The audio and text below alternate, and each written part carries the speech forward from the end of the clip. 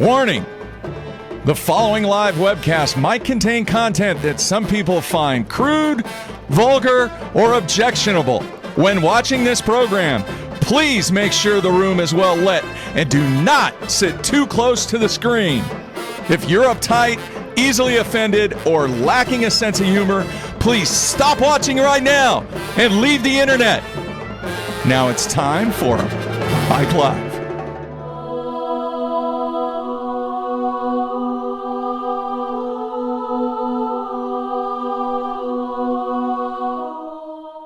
What is this foolishness? How many dreams can you shape in a minute, an hour? The kind of clean you like best. Lost 3 of my teeth, too. All right, so you lost. Next time you win. Steamy, hot, hearty, delicious, invigorating.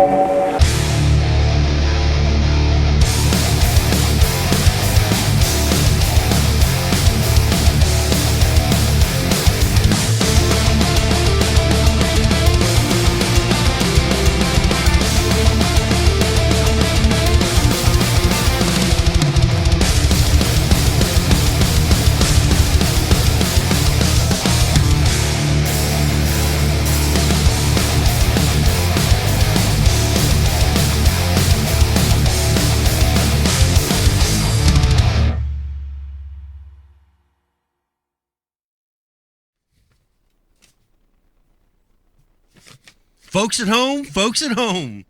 Pete Gluzak here, filling in for Ike on Ike Live. We're right in the heart of winter season. It's snowing outside, but fishing has begun. It has begun all over the country. It's begun, especially out on the Pro Tour, man. There's all kinds of action. MLF, Bassmaster Elites, FLW Tour, Opens, Costas, it's all happening right now, mainly in Florida right now. We're going to be talking about that stuff tonight. I want to let you guys all know we're brought to you by Mystery Tackle Box. It's like Christmas every month. You get lots of great stuff. Want to remind you guys, chime in with your questions, call in. We use your stuff on the air. We're going to give you an Ike Live gift pack, and that's going to include a Mystery Tackle Box. We are also brought to you by my co-host tonight is Dave Brosnick. It's good to have you here with us, buddy. Right, that's what you should have put up for my name, bro. I was Brosnick. Brosnick? Yeah. Brodzik, Pete. 20 years now. Brosnicky. That's all right. And tonight, Flambeau, guys. Z-Russ promo code Ike Live for 20% off. Also go to www.flambeauoutdoors.com. There's a new storage system for kayaks under the seat. Yeah. Go on there and check it out. There's some tutorials, what it looks like. It's really cool. Also brought to you by Liquid Mayhem. Use the promo code IkeLive25 for 25% everything on the Liquid Mayhem site. Also brought to you by Hobie Kayaks. Again, nothing will fit underneath that Hobie seat better than some Flambeau. All right, check that stuff out. TH Marine, all their great products, all the products that are not going to make the boat build that Brian's having. Oh, no, actually, I'll stand corrected on that. We'll talk about that later. That's right. The boat build started, cuz. Brought to you by Bass University. Try BU for 10 days free. Access over 400 long-form teaching seminars. That 10 days free ends on Wednesday night midnight. Also, subscribe to the YouTube channel. Very informative. Brought to you by Real Snot. Improves casting distance, kills line memory, helps keep your guides free from ice this time of the year. Very important, unless you leave it outside overnight like Brian. Big help with fluorocarbon and braided line. Promo code IkeLive25 again for 25% off. We are also brought to you by Tackle Warehouse. Everybody uses Tackle Warehouse. I used Tackle Warehouse to overnight ship me lures to the Open that I recently fished down on the Harris chain, and I used those lures to catch 5 1-pound fish during the tournament. So thank you, Tackle Warehouse. Giants. Hold on, Pete. Let me get you a round of applause for that.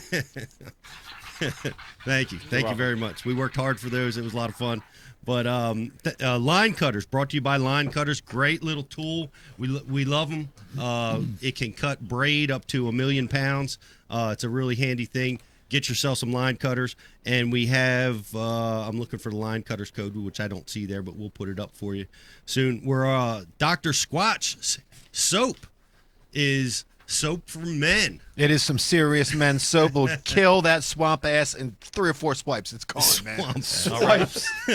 It's not like the soap that your wife's shoving down your throat, the Dove or the guys just Dave, get a couple that bars. was my impression of it. Like it felt like I was single again, and I had the soap that I would have bought like back in the day. What could we get? If you could- Irish Spring was like the only cool Right. soap you could get back in the day. Right. Now you got some real man soap. That's Takes a layer of skin off. Yeah, because sometimes regular soap doesn't take it away. This absolutely does. It takes Yeah. it away. Yeah, it feels also, nice. Use the code IkeLive20.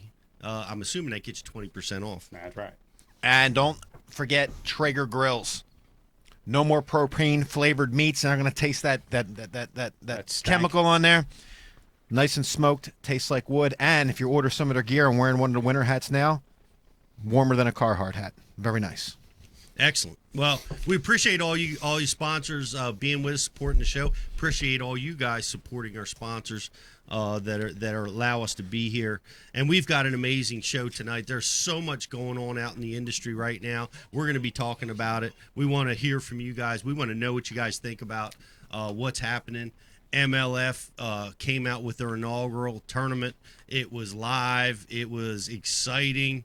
Lots of fines by people that were live. We're gonna be talking about that. You guys might not know about that, but we're gonna be letting you in on that situation. And Bassmasters came out with their live. They went to the St. Johns River and broke all kinds of records with some amazing stuff.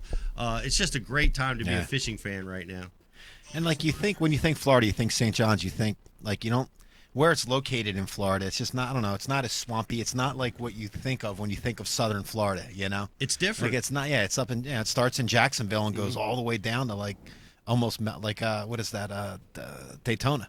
And that's right. And it's tidal, which makes it very unique. And apparently Rick Clunn is the only one that can win there these days. He's like 72 years old. Allegedly. Allegedly. Amazing accomplishment. He won it at 69. He won it allegedly at 72. He's probably going to win it at 82. He's like he thought he was like Gandalf, you know what I mean? He's on how old he is, dude. He's been around so long. He's just guessing now. Yeah. Speaking of old, I want to give a shout out to my grandma who just turned 102 last week. Rick Happy, Klein man. got happy nothing on birthday, that. The Grammy. Stockel jeans, Yeah, man. she ain't got no Yeah. big trophies, but Jeez. it ain't over yet. So 102 years. Is 102, she dude. still fishing tournaments? no, she's not. She's but- probably got some trophies, dude, like sock hop trophies, and you know what I mean? I think the secret to longevity is never redlining the engine. Yeah, Yeah, you know Wow. what I mean. She's just Nice. I'll be so dead. yeah. I'm out. I'm dead. Almost there. Nice knowing you. Well, we are going to have a couple of brothers on the show, Chris and Corey Johnston, which have they set the FLW on fire. They came over to the elites this year, and they both crushed it this week. And we're gonna be talking to those guys. They're from Canada. They practice a different way. They compete a different way, but it's just success after success. Man. It's amazing. Can't wait to talk to those guys, learn more about them and what they're doing out there on tour. So that's what's going on in tonight's show. Stay with us, guys. It's going to be great. I want to give a shout out to the emergency personnel, to the police, and a special shout out to the military. A good friend of ours, Mark McEwen. I said Mark McEwen's Mark McCowan. McCowan. I'm butchering everybody's name, but he promoted the Special Ops survivors. This is for the Gold Star families of the Special Ops forces, and he promoted that. We got involved with him. He was one of a kind. He was somebody that you'll never forget once you meet him. He brought smiles in the room. He brought energy everywhere he goes, and we lost him a couple years ago, and we have. In memorandum of Mark McCowan, right here, a special Shrine. Special Ops shrine that we're going to be getting a new studio for Ike Live. This is going to be coming with us, of course. A fact. But I just want to shout out, give a shout out to his family and all of his brothers that work for that cause. It's just such an amazing person. Yeah, we can't undersell not undersell. We can't explain the kind of person this guy was. Like, I was in his presence once, and when I saw the picture of him, commemorating the 2nd year anniversary of his death, it was like it almost brought me to tears, And he was just such a genuine guy, and you're lucky if you can meet a handful of those guys in your lifetime, He's definitely one of them. Oh God, amazing person, and I just wish he was someone we could have had on. If you could go back and you knew you only had a certain amount of time with somebody, I would have liked to say I'd like to have been around him a couple more times in my life, Yeah, same here, man. Kind of appreciate the time he got, right? You never know. And I got to be around him a bit more, but damn, look back, I'm like, shit, I wish I would have, spent a little bit more time with him. So Mark was amazing, and yeah. And to hit on that, like the kind of guy he was, and we're not just saying this, just like Brian, when this man passed, Brian might have been around him 3 times, and Brian hopped in his truck to drive down to Fort Bragg for the funeral. That's how much this guy meant in the short time that we spent with him, especially to Brian. And, he's just a special human being. Yeah. Yeah, I've been carrying the special ops. They actually brought us a backpack, and I still carry that. So do I. I got the same backpack. Yeah, I carry it everywhere through the airports, and I'm glad to represent, glad to promote that organization and all the work that they do. And just a shout out to all the families in the military, all that you guys are doing and have done and have sacrificed. It's an amazing thing. We appreciate you. Let us be here to do this show that we do. Yeah, you truly are. Dumbass They're the best. They're the best we have to offer. They're not celebrated enough, and they had some show last night celebrating people making music, and I don't know. But I care about you guys, not so much them. You know what I mean? I heard that. But it's thank you guys. Thanks, military. Thank you guys for watching. Like I said, we got a lot that we're going to be talking about tonight. We're also going to be talking about the FLW that was just won in the MLF with Jordan Lee. Just unbelievable stuff. And Riz, we already got some action on the IM board. Oh, yeah, plenty of action. Just big shout out to Milwaukee Mike. He's checking in. He's here with us. 17 years in National Guard service and 3 tours in Iraq. He's on the IM board checking out the show tonight. So we appreciate you, man. Thanks for watching, dude. Yeah, thank you, man. Thanks for watching. Thanks for your service. But we've all been kind of busy, man. There's been a heck of a lot that's been going on. I went down to the Bass Open, fished the Harris chain, which is a great body of water that I haven't had a chance to fish very much over the years, but 10 years ago I was able to fish there, and I got to go back there. Really enjoyed it, except for I didn't catch any big fish. Apparently Lake Eustis was the place to be. 80% of the field was all fishing there, but it was a great tournament by bass. Had a big turnout. How long, when you were down there, before you said, "Why do I live in New Jersey?" Like, I want to know, seriously. Like, do you ever consider relocating down there? I can't tell you how many people. Charlie Hartley, speaker for Bass U, guest on the show. He just bought a house on Lake Toho. Yeah. Another guy from the New Jersey Federation bought a place on Harris. Who? I knew you were going to All right, ask don't that. worry about it. I can't remember his name at the moment. Keith Cowan bought I'll the think house. about it in just a minute. And, but they, people are moving down there. Of course, JT Kenny, we did some work with him. He's building a house down there. He's like 5 minutes from the stick marsh, 5 minutes from fishing for giant grouper, 5 minutes from going out to the big so he's around Sebastian. He's on the East Coast. Yeah, so he's probably Sebastian if he's close to Stick Marsh. Yeah, it's pretty awesome down there, and we come home to 20-degree temperatures. So every time we go there, man, like, my God, I am so close to pulling the trigger, man. Dude, I was fishing in Virginia a few weeks ago, and I was thinking that it's not even close to Florida. Yeah. It's 4.5 hours away from here, and I was like, oh my God. Speaking of Virginia, I just came back from Richmond, right? So the company who I work for can remain anonymous. They had a big managers meeting, and I went down there, and I'm standing this close. I'm sitting, actually, I got sat in the front just by accident. I'm next to the 143rd richest family on Forbes, right? And guys like me tend to think that, like, people who own companies like that pay smart people to run it for them. Quite the opposite. These dudes were dialed in to the smallest little tactical element of a business that you could be dialed into. Like, it was just, love but it was impressive. Like for someone like me, a knuckle dragger from New Jersey, I had no idea how smart people run businesses. You know what I mean? And to see that and to see how dialed in they were. But yeah, sorry about the Virginia. Whatever. I'm sorry. Let's continue intro in the room here. Yeah. You ready, Bri? You want to get on the camera there? Go ahead, Pete. Well, we got Eric the intern on the sofa. I'm here alone on the couch by myself. This is a rare appearance for me on the couch. Look at it's not you. a normal occurrence. His phone is by his right foot, people. Pay attention and watch his face down. Face down. Watch his ferretive movements toward the phone. Yep. He's starting to sweat a little bit because it's been 5 minutes since 6 minutes actually. 6 minutes. The activator is going to melt out of that quaff in any minute.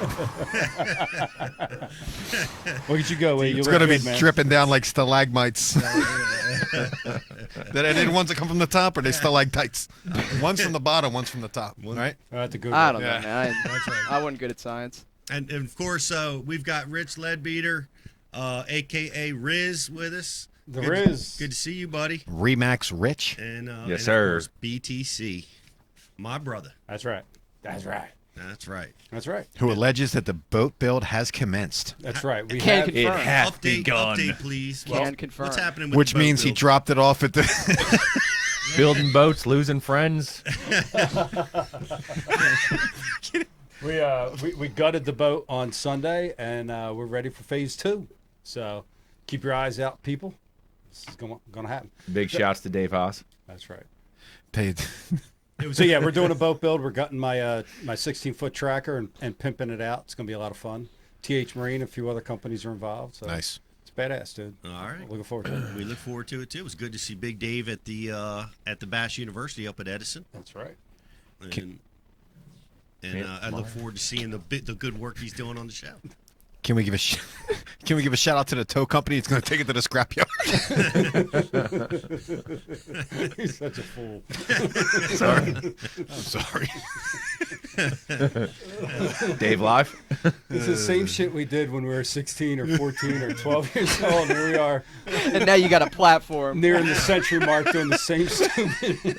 I mean, the man's stepping. He's putting himself out there. I know. He's doing availing something himself. Special. Yes. Just revealing his belly. Availing his belly. And you're just stomping I'm sorry. right on the throat. I would expect no less. Cheers, my brother. We look forward to seeing it. But Eric, man, what are you doing in Virginia? What's going on down there? I got the chance a couple weeks ago to fish somewhere that I have known about since I was a little kid. Man, I've seen this place on YouTube way back in the day, and I've always wanted to fish there. It was the Lake Anna hot side. Hot side of Lake Anna. It's got 3 pools. It's a power plant deal. I got to go down there with a couple buddies, Nolan Miner, who's a college bass fisherman. He fishes on West Virginia's team, and Nick Batista. So shout out to those 2 guys. Man, we had a blast down there, and it's so unique to anything we have around here. You know, because there's 3 pools. They're connected by canals. Each pool is a little bit hotter as you get closer to the actual power plant, and it's like you're out there in full winter gear. You can see your breath. Your head's down when you're running because it's so cold. And then you're pulling up on the bank and catching them on a spook. It's absurd. Really? Yeah, and then after that, if you want to, you can go out into 40 foot of water and blade them on a Binsky the same day. That's crazy. It's so unique. You catch a lot of small fish. There's a lot of small fish in the lake, and I'm assuming that has something to do with it being warm all year. But, I mean, the fact that you can even do that. Did you guys get job applications at the power plant or something? Bro. The 3 I was team trust fund down there? I was thinking about it, man. I'll tell you. What do you know, Tuesday fishing a power plant? You could get applications. That would get in the way of all of his fishing, dude. And I was actually doing work while I was down there, you know. Mullix. Shout out to Mullix. We were getting Mullix content down there. Nolan and Nick are on my Mullix team, so it was a business trip. Believe it or not. Copy that.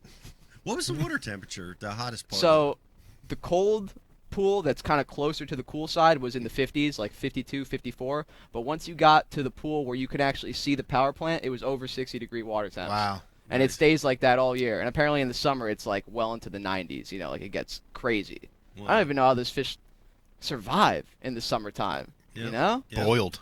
Yeah, they probably move out of there, you know? Yeah. I mean, there's got to be an escape. I bet you they swim away. The funniest part about it is the hot side, you need to have access to it, so you need to know someone that lives on the lake to fish the hot side. So you're fishing, right? And there's this dam that separates the hot side and the cold side, and you could just see all the envious cold side fishermen, all the peasants that don't have access. They're all fishing, they're like right up on the dam. They're looking over. Meanwhile, you're getting bite after bite, dude. It's awesome. It's savage. Man, that is. It's savage. Well, how did you get access? Nolan knew someone. Yeah, of course. Yeah, Shocking. shout out to Nolan. Yeah. That was it, man. That's great. Well, that's mocking the commoners. It was also fun because a couple weeks ago I punched a wall and I really messed up my wrist, like really bad. The only rod I could fish down there without, I couldn't fish a normal rod. I could only fish my ultralight. So I was throwing an ultralight with 2-pound test for the entire time, and a little Kitech, smashing them. Just so you know, Eric, when you showed up to the charity event with the wristband, with the ace bandage on your wrist, I knew what I was getting into. People were there were some different theories on how Eric hurt his wrist. I'm sure there were. Would you like to explain? Some I of heard these a couple theories good ones. One dude told me to tell you that the springs punch back in the sofa. That I learned. I learned my lesson. That hard couch hitter, boy. Life gets stressful sometimes, guys. Yeah. When you punched the wall, did you call your landlord and tell him that there's a hole in the wall that needs repair now? Dude, he was actually the one that took me to urgent care. So yeah, I think he was the first person I called. Another guy asked me to tell you to keep your hands in your pockets when you're around the field hockey team at college. I don't know what that even meant. I dated a field hockey player in high school. That's what's up. They got thighs, bro. Yeah, well, Telling me. spraining wrists. Good athletes. I would like to have seen a picture of this wall you allegedly punched. I hope it wasn't a wall, dude. It wasn't a wall. All It was. right. It was a couch. It wasn't a couch either. It's one of Pillow? those things. It was an ottoman, like one of those things you put your feet up on. Yeah, those padded And ottomans. Right. I was sitting down on the floor, and I looked to my left, and the ottoman was the first thing there. Getting So smart I with Sure. you? Was the I ottoman getting smart? just went for it, man. I was like, this ottoman needs to learn its lesson. But the problem was, I went to hit, and I didn't land the punch correctly. Like I went in Because like you fished since you were little, never learned how to throw a punch. Go ahead. Yeah, no, Right? I'm Yeah, not. I'm you're a a lover. good kid. I'm a Right. lover, not a fighter, man. You know what I mean? Like. Yeah, you there's got a fight caught out wrong here. on the cushion. I mean, Yeah. guys break ice blocks 10 deep with their fist, and you break your wrist on a ottoman. Dude, it is what it is. Sometimes it happens, The my only thing friend. that made me feel a little better was the next day I was talking to Mike, and he was telling me all the things that he's punched. But in his life, Mike so- punches through like drywall and doors and windows. Noses. Yeah, drunk guys' noses. I can attest. Yeah. I don't know which Mike you guys are talking Yeah, about. I know. Nobody we know. Shout out Shit to our don't. buddy Mike, by the Nobody way, we know. down there Yep. in Conroe. Conroe, right? Getting ready for Conroe. I guess the practice is winding up today for the MLF. They Yeah. will be live tomorrow. Yeah. And Conroe, they're projecting we're going to see multiple bass in the 10-pound range, double-digit bass coming out of that lake. What stage are they in? It's got to be pre-spawn down there. Pre-spawn? They're a little bit further, a little bit too far north, I would guess, to be really heavy into the spawn. But it's just a guess.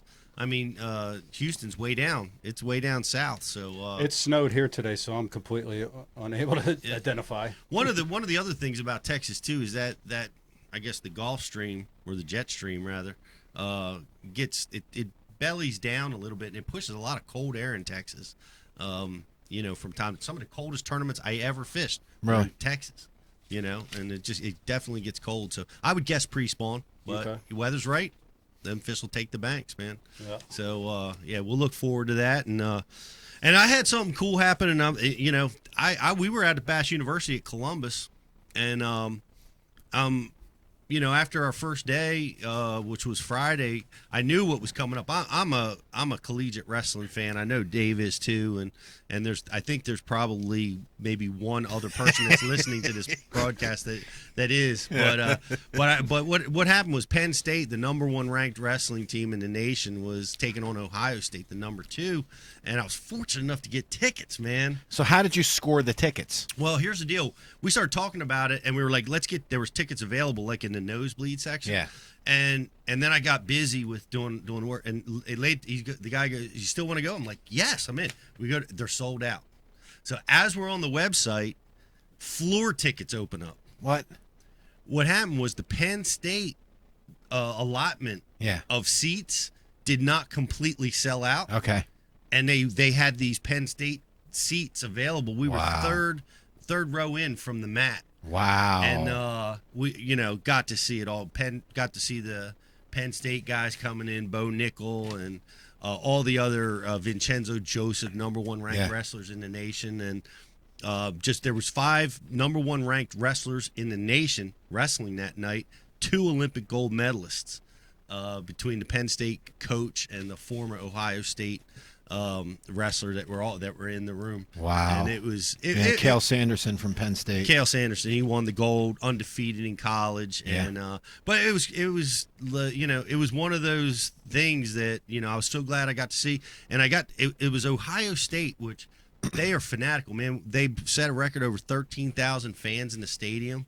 It was loud as anything you could ever hear. So to give fans perspective, and I'll make it brief, like this is equivalent to seeing like 1985 Notre Dame versus like Miami, in terms of the rivalry. It's equivalent to like the 2001 Ravens Steelers game. Like this is a big deal in Big Ten wrestling. Penn State and Ohio State, man. I'm pretty jealous, dude. That's pretty cool. Yeah, it was in the house where Bobby Knight won his national championship, the stadium where we saw it. So it was pretty cool. The match itself wasn't that cool. Penn State just wiped up the mat with Ohio State, just crushed them, and they won all the matches they shouldn't have won, and of course they won all the matches they should have won. It was pretty impressive. They could probably take 8th with their backup kids that rolls with their thoroughbreds. Like that Penn State gets anybody they want in wrestling. I mean, so does Ohio State, but. But that's neat, dude. Yeah, that was cool experience for me, and fishing the Open. And your son's a wrestler. Yeah, well, David I got a picture with Cale and David at the Penn State Open tournament every year. They have one like usually at the end of February, beginning of March, and I got a picture with Dave and Cale. That's awesome. He's taller than you think. He's about my height, maybe a little bit taller. Oh yeah. That was cool. I was sitting right next to him. They all walked right by me. So he's a big dude. Yep. Yeah. What do you wrestle at? When he won, when he won, be a heavyweight. No, not at all. Not even close, dude. 6'3"? He wrestled Daniel Cormier in the NCAA finals. I think they might have went at 87. They might have wrestled at 187 pounds in college. I don't have to look that up. I don't exactly know. Yeah, I think that might even be heavy. It was pretty lean, pretty. You stand right next to him. He's still extremely lean guy, but if I had to guess, it's 160, 170, something like that. If I had to guess, really was his wrestling weight, but we'll have to look it up. Okay, look it up. But carry on. Oh, I got a message from a fan, Dave. Mark Z says, "Tell Brosnick he's way better making fun of people than reading promotions." And then agreed. No contest. And then sent some pictures of some. I don't know if it's a baboon or an orangutan. Damn. Harsh, Mark. Eric, your ottoman, by the way, says get your weight up on your punches. It's not happening. Eric's ottoman. Eric's ottoman checked in. I'm happy the way I am, ottoman. All right. Yeah, Rowan University made Eric's ottoman go to bully classes. Step that smoke up, dog. Anti-bullying 101. Oh God. That's awesome. Thank you, Ottoman, for chiming in. We appreciate your input. Keep them coming. Sue that ottoman. 2019, man. You're I can right. Sue that ottoman. You're Harassment, intimidation, and bullying. You're right. Chris Christie. Probably bias intimidation. Yeah. Well, speaking of bullying, oh boy, we had a lot going on in the fishing industry these past couple of weeks. That's a pretty awesome segue, Pete. It kind of seems like there was trying to be some bullying going on. I don't know. I love it. We had the MLF, the Bass Pro Tour, step out with lights, camera, action, and big names. All the major guys in the sport with a really creative format and an amazing broadcast team. And just roll out big, man. Yeah. Super big. And it caught my attention. I watched every single day of the competition. Were you guys able to watch? No, I did not. But what shocked me most was how many Floridians were absent from the top 10 in all of the finals. Right.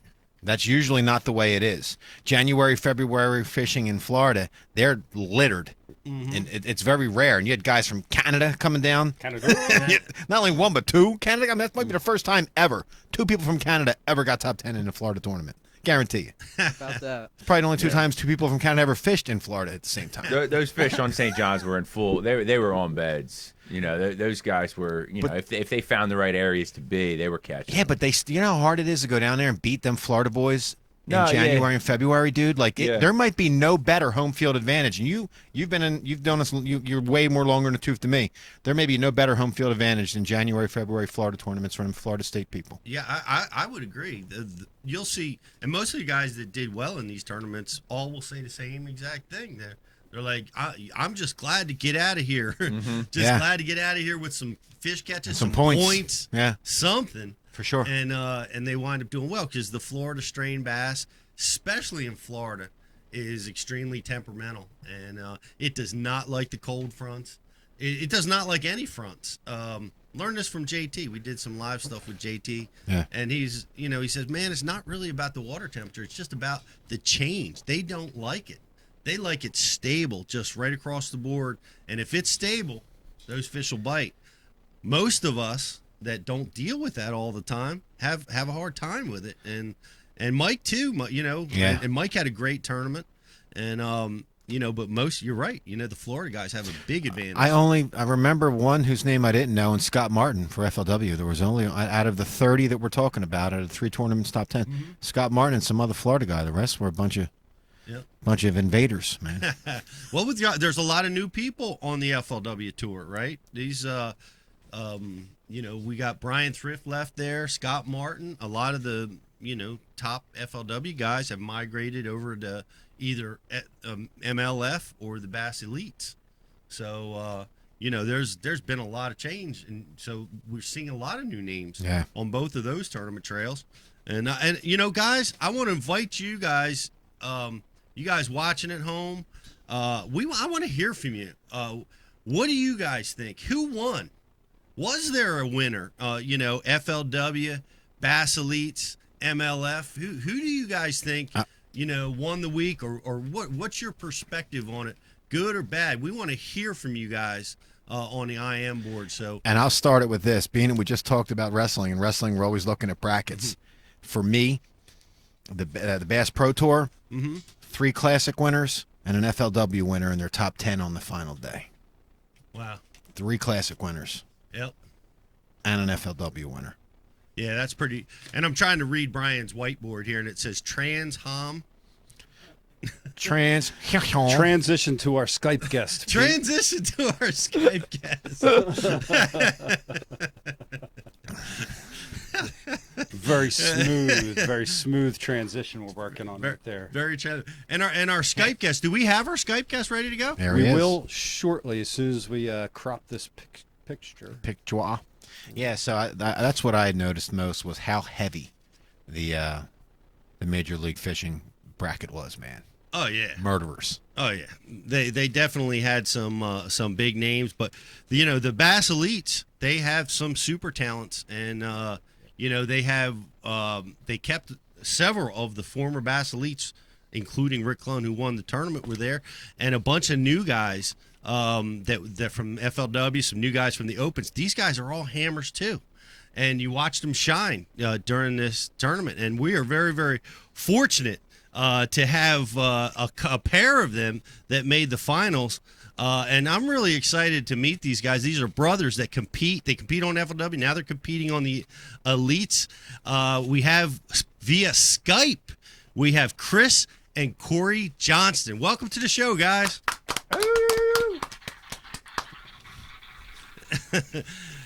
Where are you guys right now? Are you guys are practicing for another derby, aren't you? Yeah, we had to switch gears and get the winter clothes on. We are at a house on Lake Lanier. We just got off the water about an hour ago. We drove all night to get here, so we got about 4 hours sleep. Now we were just rigging some rods, kind of switching modes, getting 12-pound test on instead of 60, and we're staying at house here with Gussie, Chris Groh, and Seth Fighter. So they might make a special appearance. You never know. They're our guys. Man, very nice. There's a bunch of Northerners in that house, man. Yeah, there's a lot of us here. Yes, You guys Few got beer drinkers in this house. Yeah, wrong. You guys need to get like a token Southerner in there or something to keep it honest. Who transports the hockey sticks in the nets? Oh, they always come with us. Yeah. Yeah. Beating snakes off if they try to get in the boat. Yeah. Well, that's got to be a fun house, man. You guys got to go live and let us know what's going on over there. But you guys came off a big win. You didn't win the tournament, but to me, it's a win. Big win. You guys monster finishes in your first elite. Chris, I know you took second place, and you took second to, arguably the greatest angler in the history of the sport, Rick Clunn. I mean, are you guys riding high from this? You got to be sitting in a great spot right now. I'm thrilled. Just to be on the same stage as Rick is an honor. And if he's going to beat you, he might as well do it with 34 pounds. It's not like he beat me by ounces, Yeah. so he deserved it. Yeah, Or not 34, but to weigh in 34 pounds and beat me. That was amazing what you guys were weighing in there, man. That 30-pound bag, we saw them every day. We saw massive amounts of 20-pound bags. Have you guys ever fished around a lake putting out that size of fish before?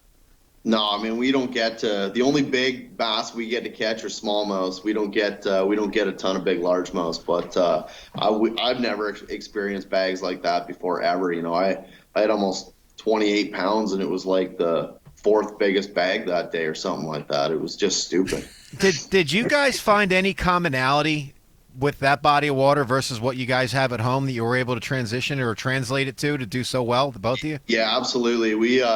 We kind of cut our teeth flipping for largemouths back home in milfoil and pencil reeds and cane, that kind of stuff. So Florida looks very familiar to us, and that's kind of why we like it so much.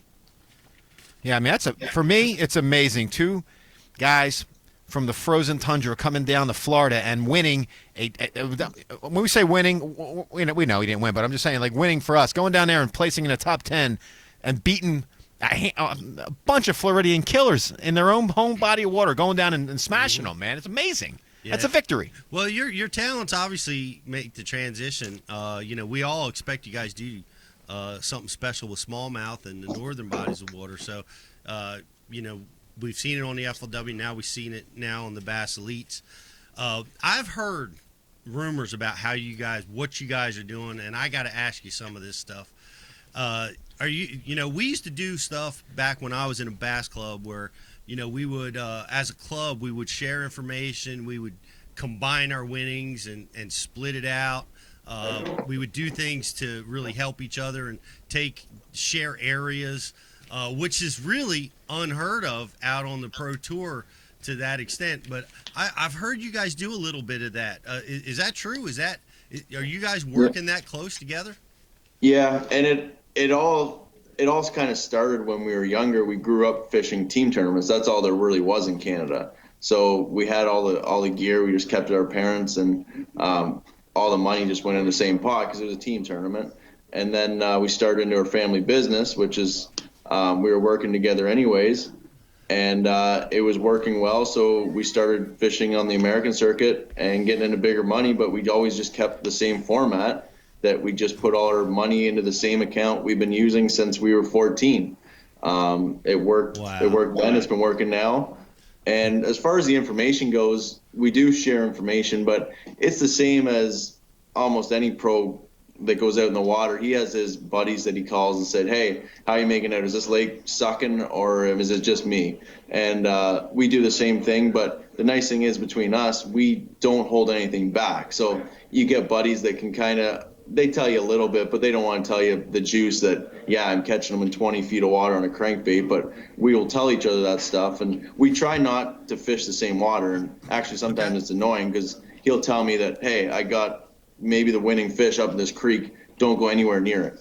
So I'm like, "Oh, well, that sucks. I can't go anywhere near the creek." And I don't even get a chance to check it. But we work together like that. We try not to take each other's fish, and we try not to share fish, because if you're sharing fish, it's pretty hard to win a big tournament. So we try and stay away from each other, but help each other in the fact that, hey, I'm getting them on a spinnerbait on wood or something like that. Try it in that end of the lake, or stuff like that. And I think a lot of other anglers do that. They're just not as open about it.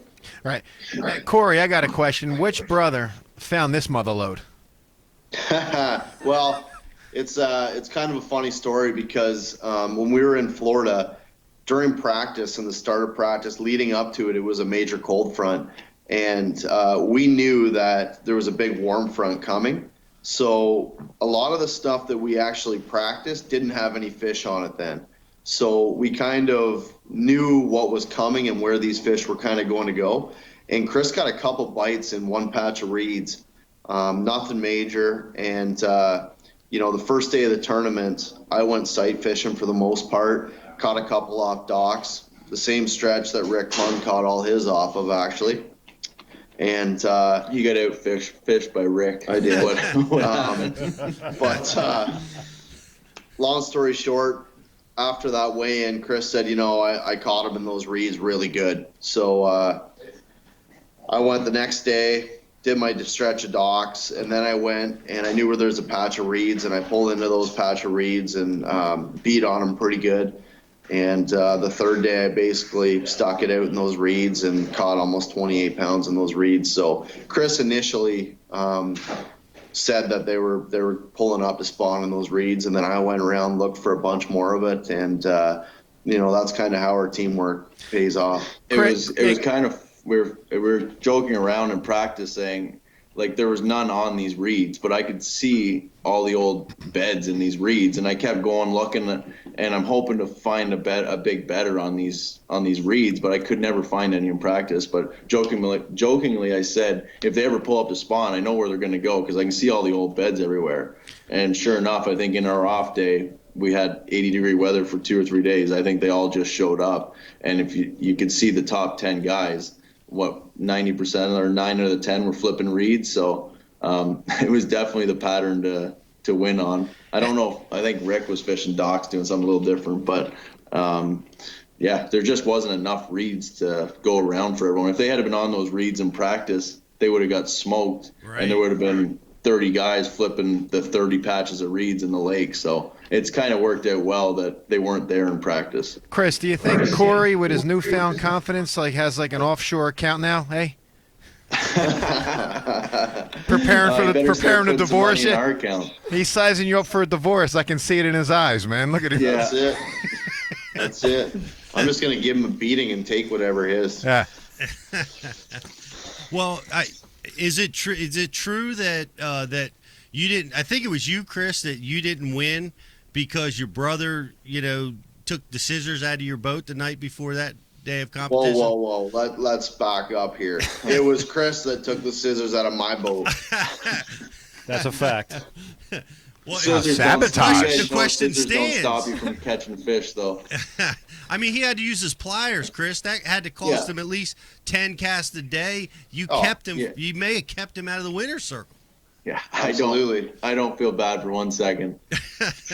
If I caught a fish with the hook buried, I didn't even have pliers to get it out with. All I had was a pair of scissors. Been there. So.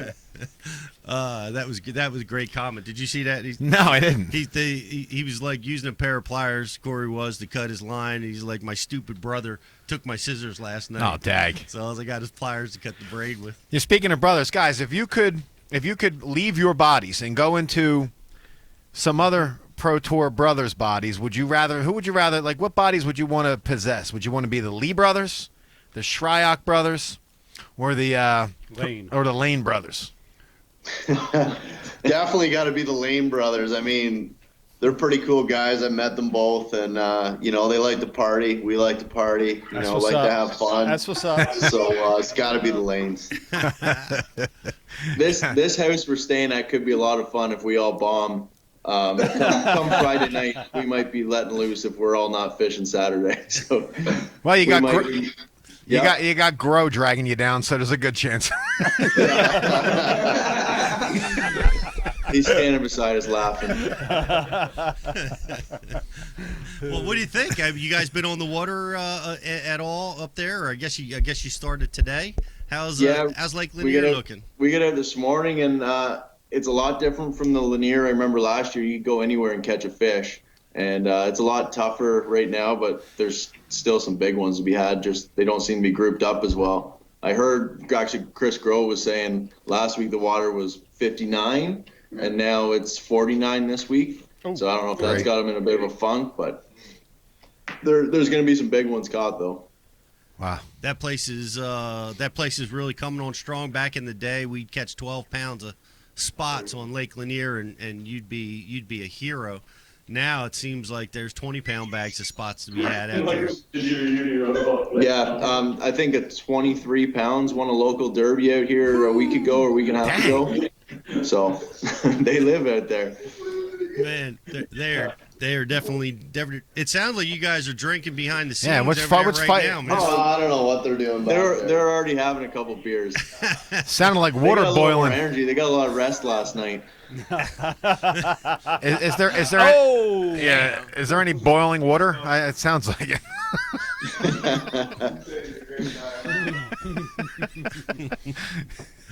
So you guys are at Lake Lanier. You started off to a big, great start here on the elites, man. You talked about fishing next to Rick Clunn, man. Were you intimidated? I first time I fished next to that guy, man, I picked my trolling motor up and drove across the lake. I was scared. No. I was scared my lure, like a ripple from my cast, might hit his boat or something. Tell the truth. You said that Ben Gay was making your eyes water. That's kind of a funny thing because the second day on that, I went to that stretch of docks, and first day I caught 2 good ones off it. So I go there the second day, and I'm working up this shoreline, and I kind of get to a little turn, and I'm looking, and I'm like, who's that boat coming down? And it turns out it's Clunn. And I had missed a fish on the dock, and he's like right there.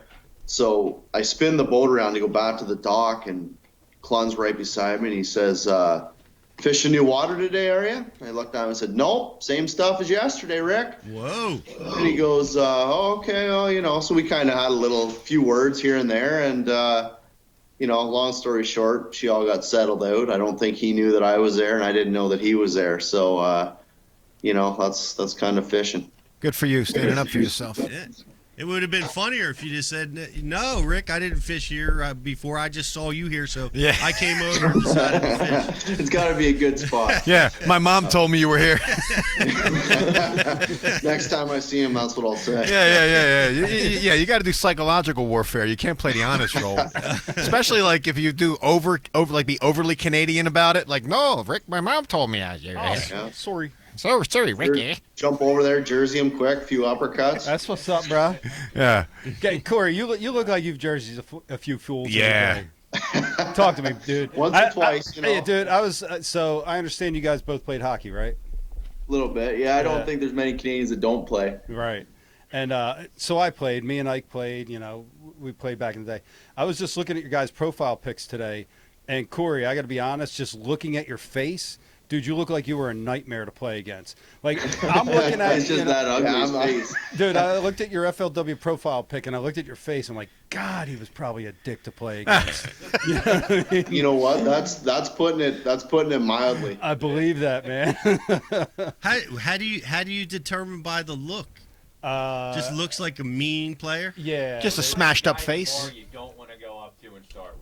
Yeah, you can just look at someone and say that guy's probably a bit of a know what to play against. It's the eyes, dude. The eyes have it. Yeah. Yeah, but those bass jerseys don't really bode well for hockey fighting. Bro, look at the eyes. You know? No, but I'm just saying, like, if you were gonna fight a bass angler, would you try to pull the jersey over his head, or would you just go straight up, guns and move around and maybe move in and out? Are you going to try to pull the jersey over his head? You got to grab him right by the front of the jersey. Really? Okay. Absolutely. Get your range. Like, I can see if he was beat up, but you treat it like a hockey fight. I can see if he was wearing a hoodie, but those flimsy sponsor shirts, I don't know how well they would hold up in a hockey fight. Well, you got to have quality jerseys just in case you get in a fight on the water. You never know. You guys need to have hockey jerseys done up with sponsor stuff on it. That's been talked about. That was actually discussed for maybe when we go up north, closer to home. They're called sweaters in Canada. Really? And a hockey helmet for takeoff. Yeah, dude. Hockey gloves. You know what I mean, dude? Yeah, gloves on the steering wheel. It's been discussed, yeah. That'd be the best part. If you blew up on Clunn and he's like, fishing new water, and you'd like threw the gloves down. Drop them gloves, Throw the Sims down. That Like- would be good. Like, nah, dude, I heard you were here. You know what I mean? Yeah, but Rick could probably beat him up. That'd be the sad thing. Oh man, dude. Yeah, that Jedi mind tricks. Yeah, you got to go back to Canada, man. What position? what positions did you guys play? Center and right wing, both of us. Okay. Yeah. Guys, I'm sorry. and You can answer this if you want to. Guy, I don't know anything about hockey. Is there different body types that play different positions? Like, sort of. Not like football. No. It's pretty generic. Okay. Whatever you're good at. but your defensemen always seem taller than everybody else. Am I imagining that? You're probably right. Back in the old days, the defensemen were the big, slower guys, but Okay. the times have changed, and now they got to be more agile and they're smaller. But Gotcha. yeah. But Okay. yeah, on hockey, you got your first line, and then there's usually 4 lines. The fourth line's the weaker one, and they're usually the dumb ones that usually get beat up all the time. And guess where Corey played? First line. Yeah, right. Now, did your high school team have a hockey team? Oh, we did, but high school sports where we live aren't as big as they are in the States. Okay. So it's we have like our junior hockey, which is the biggest kind of thing that there is. But we did have hockey back in high school, and that was our biggest high school sport where we were from. Football, there's probably 5 sports. Football was probably the 5th one if you're ranking them. If I were to ask you guys, out of everyone you've talked to tonight in the room, who was a championship goalie on a championship team? Who would you think was the championship goalie? I'll tell you, it was me. Chris Rowe? No, it was me. It was me. He just looks like a goalie. 1984 Volts Intramural League. I was the championship goalie, just so you know. All right. Oh, really? Is that for what, ball hockey? No, dude, it was middle school, man. It was it was ball hockey, exactly. I don't know what I was doing. Goalies are always the weirdest ones on the team, just so you know. Yeah, thanks. I've never in my whole life met a normal goalie. Nah, and Dave had no skills, so that's where he got stuffed. It's like right But field of again, I was baseball. still I don't know, man. If you're the champ goalie on a team, and you're the goalie, right? That means you did some right things, no? Yeah, How do you let hide the a ball goalie hit on? you. How do you hide a goalie on a You championship took a lot of team? rubber in the face is what you did. All right, I'll stop. Just stand there, look big. I'm out. Hey, wasn't the St. John's where Ish threw the guy in the lake at the lock? Was that at the St. John's when that happened, or was that Toho? I don't know. I thought it was Toho. Was that Toho? Okay. Yeah. Well, you guys been at this long enough now, man. Have you gotten any scraps out there, man? Come to blows? Not physically, but there's been a lot of times where I wish he could. I wish he could just 5 minutes in the box, like Major League Fishing. You know what I mean? Yeah, go fight him, get it sorted out, leave it in the water, and take a 5-minute break. Need to get a ring of weigh-ins. Other than octagon. Scott Martin, who's the guys you want to fight the most out there? Well, there's a few Canadians where I would pay a lot of money to get my hands on him. Curtis Richardson, I would love to get my hands on him. Curtis, where you at, dog? How about Ian West? out. You want to punch him in the face? No, he's a good dude. All right. Ian gave me a lot of storylines for tonight. He said, "Don't mention my name. Yeah. Don't mention my name." He is a good dude. I like Ian. I give you the green light on wearing gloves and the hockey helmet at the next derby. We're expecting that at Lanier now. We got it. Not Lanier. We didn't bring him here, but maybe when we get up north. You got to get him a Bash U jersey. You got to get a Bash U hockey sweater done up. All right, eh? Come on. Tackle Warehouse has that stuff. Yeah. They'll ship it in, man. I think they even carry hockey gloves. They may start. You never know. We didn't even get into the X's and O's of their success. Yeah. Well, on that note, were you guys sight fishing, or were you just blind casting your stick baits? I did a lot of sight fishing the first 2 days, and I caught a couple big ones doing that. And then once I got onto those reeds, it was pretty much the reeds and the docks. I was able to actually sight fish a couple in the reeds on day 2 and 3. On day 2, I was going through the reeds. You can only see once the sun gets up at 10 o'clock. And I was going through, and you can only see right below your boat, which is a 1.5 foot of water. And I went over one. I'm like, oh God, that's a giant. It was a 7.5, almost 8 pounder. And I went by it. I come back around and made a couple flips to it. I couldn't see her, so I moved up, and she swam off the bed again. Anyways, I pulled down, and after about 5 minutes, she came back and bit. And that was the biggest one I've probably ever sight fished off a bed, an 8-pounder. So that was fun. I bet that was fun. I noticed you guys were flipping it. It seemed like you were flipping a stick bait. Is that right? I thought I saw both of you guys doing that. I was throwing a speed worm a lot more. My reeds were a lot more isolated. Okay. So I kind of flip it or cast it way out. With a foot of water, you couldn't get close to the reeds because you'd spook fish. So I was casting a little speed worm out and casting it by and just slowly creeping along the bottom through the reeds. And I got. Hey, Brian. 8 ounce weight, a little heavier. The stuff I was flipping was a lot thicker. You needed the heavier line, heavier rod to get them out of it. Right. That must have been awesome, jamming those big, giant fish. Oh, man. dude, my ribs are killing me right now. Like it was awesome. My favorite one was the last day because my water got dirty, so I switched to 65-pound braid and started flipping a heavy craw, and I got to finally crack one on braided line. I was sick of that fluorocarbon. I don't like flipping with fluoro on that Cinco, so I got to actually put a 3-ounce weight on, or 3 8-ounce weight and crack one. And it's just a different feeling, and they don't have a chance when they're coming to the boat. Yeah, that must be awesome. Did you have opportunities? Like, I know, going through 4 days of fishing, man, you must have had a few mishaps. Did you miss any of them giants? The first day, I went sight fishing for the morning on a different area because I found some on day 2 and 3 in some canals. And I lost an 8-pounder, fought it for like a minute and a half, and it came off under the boat.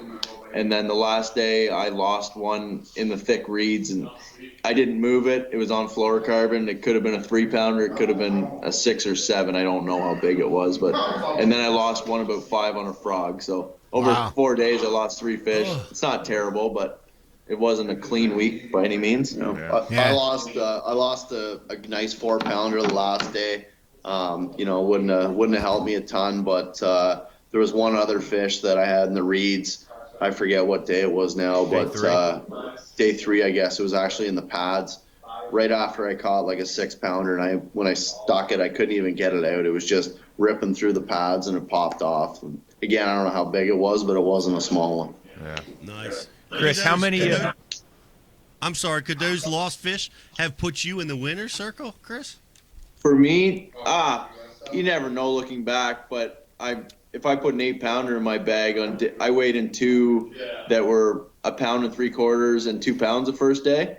So if I put an 8-pounder in, it gives me 6 more pounds. All you needed was a 6-pounder the last day to win. No, but I'm talking about the one I lost, the 8-pounder, the first day. It would have bumped me up 6 pounds. So I didn't look at the overall weight, how much he beat me by, but it could have very well. But Chris. That happens. You're going to lose 1 or 2 fish. Chris, on the note of 8-pounders, how many fish did you see that Shiner boat bring over the gunnels? That was disgusting. It made me want to throw up. Can you elaborate? So, right where they were parked is where I wanted to start, because the day before I started frogging before I got in the reeds on those pads.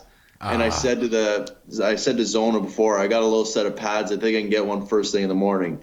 And I pulled up, and they were sitting right in the area on the edge of the reeds, and I was hoping they would pull up, but I didn't say anything. He's like, "Oh, are you in the tournament? How you doing?" I'm like, "Pretty good. I'm leading." Yeah. And he goes, Ron, you're on my spot. All right, well, just go wherever you want. But they weren't leaving, and then they started catching them. They probably had 30+ pounds in the boat, and they've caught 7 or 8 for 5. I'm talking. They were giants. And then they started casting into the reeds because I wasn't right by them for a bit. And I watched them catch 2 or 3 giants around the reeds. And I might not have caught those, but those were the big females that kept pulling up into the reeds where I was fishing. So that hurt. Were they using spinning rods? What's that? What was the question? Nothing. Chris? He chickened out. Nah, you guys from Canada coming down, right, and doing what you did in Florida against some Florida guys, right? It's almost like the early days of bass. What was that guy from Massachusetts, Danny Correa? Yeah, like those guys coming down from up there. It's not much of a wild correlation, right? Well, it's not. Well, and I'm glad you brought that up, because you guys don't get to fish that long. You get to fish a few months a year, and How did you? That's always been my theory why the guys from the South dominate the sport, generally speaking, because they get to practice reps, more reps. They get to fish 12 months a year, 10 months a year. How in the world did you guys get so good fishing in such a short season? We actually got a little lucky. We grew up. Our dad was big time into the bass fishing, into the tournament scene in Canada. So we got to learn everything that he's already known from a very young age. And he took us out in the boat from as soon as we could walk, and we learned all that. And his bread and butter was basically punching mats, flipping reeds, fishing for largemouth and heavy cover. And, as we grew up, we kind of taught him how to catch smallmouths, and, it's just been an ongoing thing. Nice. That's why when we go down to Florida, that's the stuff we grew up fishing. Reeds, grass. If there's milfoil, we'll flip deep milfoil. So some of the other places in Canada don't have that luxury. I think where Gussie's from, they don't have that type of fishing with cane and like buggy whips and stuff. But luckily where we live, we got tons of largemouth fisheries that relate to Florida. Eric has a question. I mean, to me, that's the most interesting part of this dynamic, the fact that they're two brothers that fish together like this, because I have a brother, he's 3 years younger than me. My dad took us both out when we were 4 or 5 years old. Here I am sitting here today. I've never been fishing with my brother in my life. I mean, he hates it. He can't stand it. So to me, that's what I really find interesting about this story, is the fact that the dad took them out and they both caught the bug instantly. Because it's really one of those things that you either have or you don't. Agreed. And I know a lot of brothers, I know a lot of dudes that fish, and they have brothers that don't fish or just don't want anything to do with it, like me. So that's why seeing something like this is so fascinating. My dad bought me and my brother Walt one time 100 pounds of pork, and we ate friggin' pork for like 2 months straight. That's about it.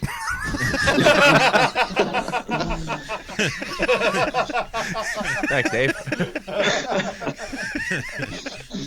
Other than the obvious pork reference, but do you guys remember? Do you guys remember what inspired you? Like, do you remember your first fish? Do you remember what, like, the moment when that happened? You're like, dude, this is awesome. I love this sport. No, I can't really recall one specific one or my first fish, but we had a green wing trout derby, it's called, and it was at the lift lock, Peterborough lift locks where we live.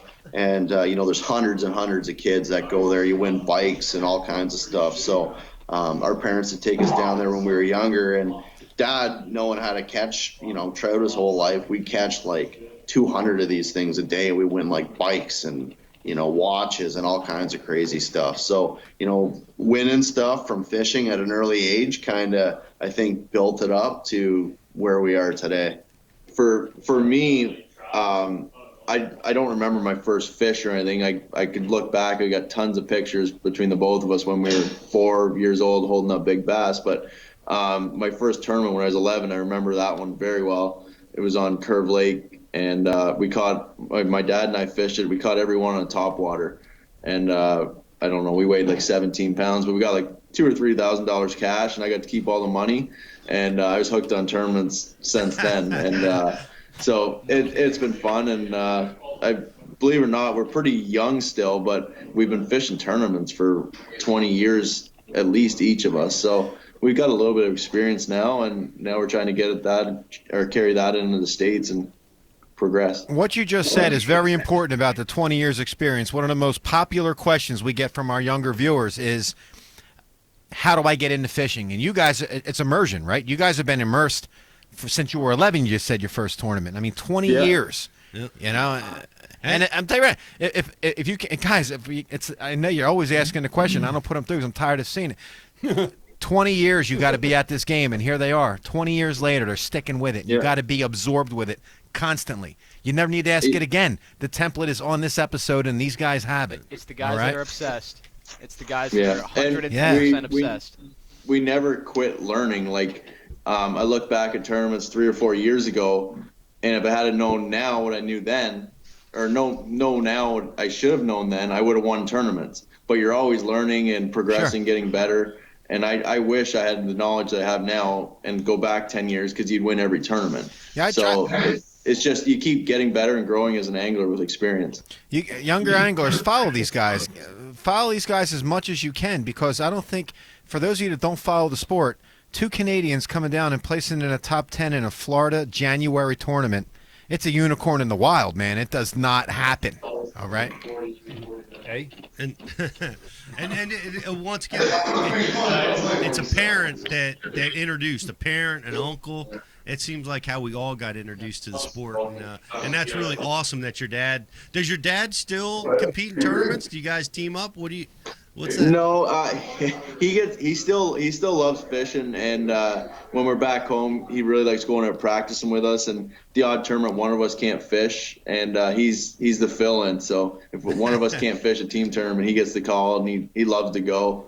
So he wants one of us to fish Thousand Islands Open with him this year. We might make it happen. Who's your dad always seem busy when they're asking to go fishing? So who's he like fishing with more is what I'm asking you, I guess. I don't know. We can ask him. He's sitting right here. Get him over there. And he's just sitting there laughing. Yeah. Sorry, Chris. Where's he at? I was going to buy a sheep today. He might have mentioned on Bass Live that one of you guys maybe had a bit too many the night before and didn't wake up before a classic the next day for practice. Well, something I don't know along about those lines. that Can you whole fill us story, in? but maybe I didn't wake up early enough to go practice or something like that. There he is. Too many Labats. There's never been a day that I've never woken up for a tournament. There's been many tournaments back in the day where I shouldn't have been fishing. Put it that way. Now we know. Now we know who Dad's cutting the grass on fishing day.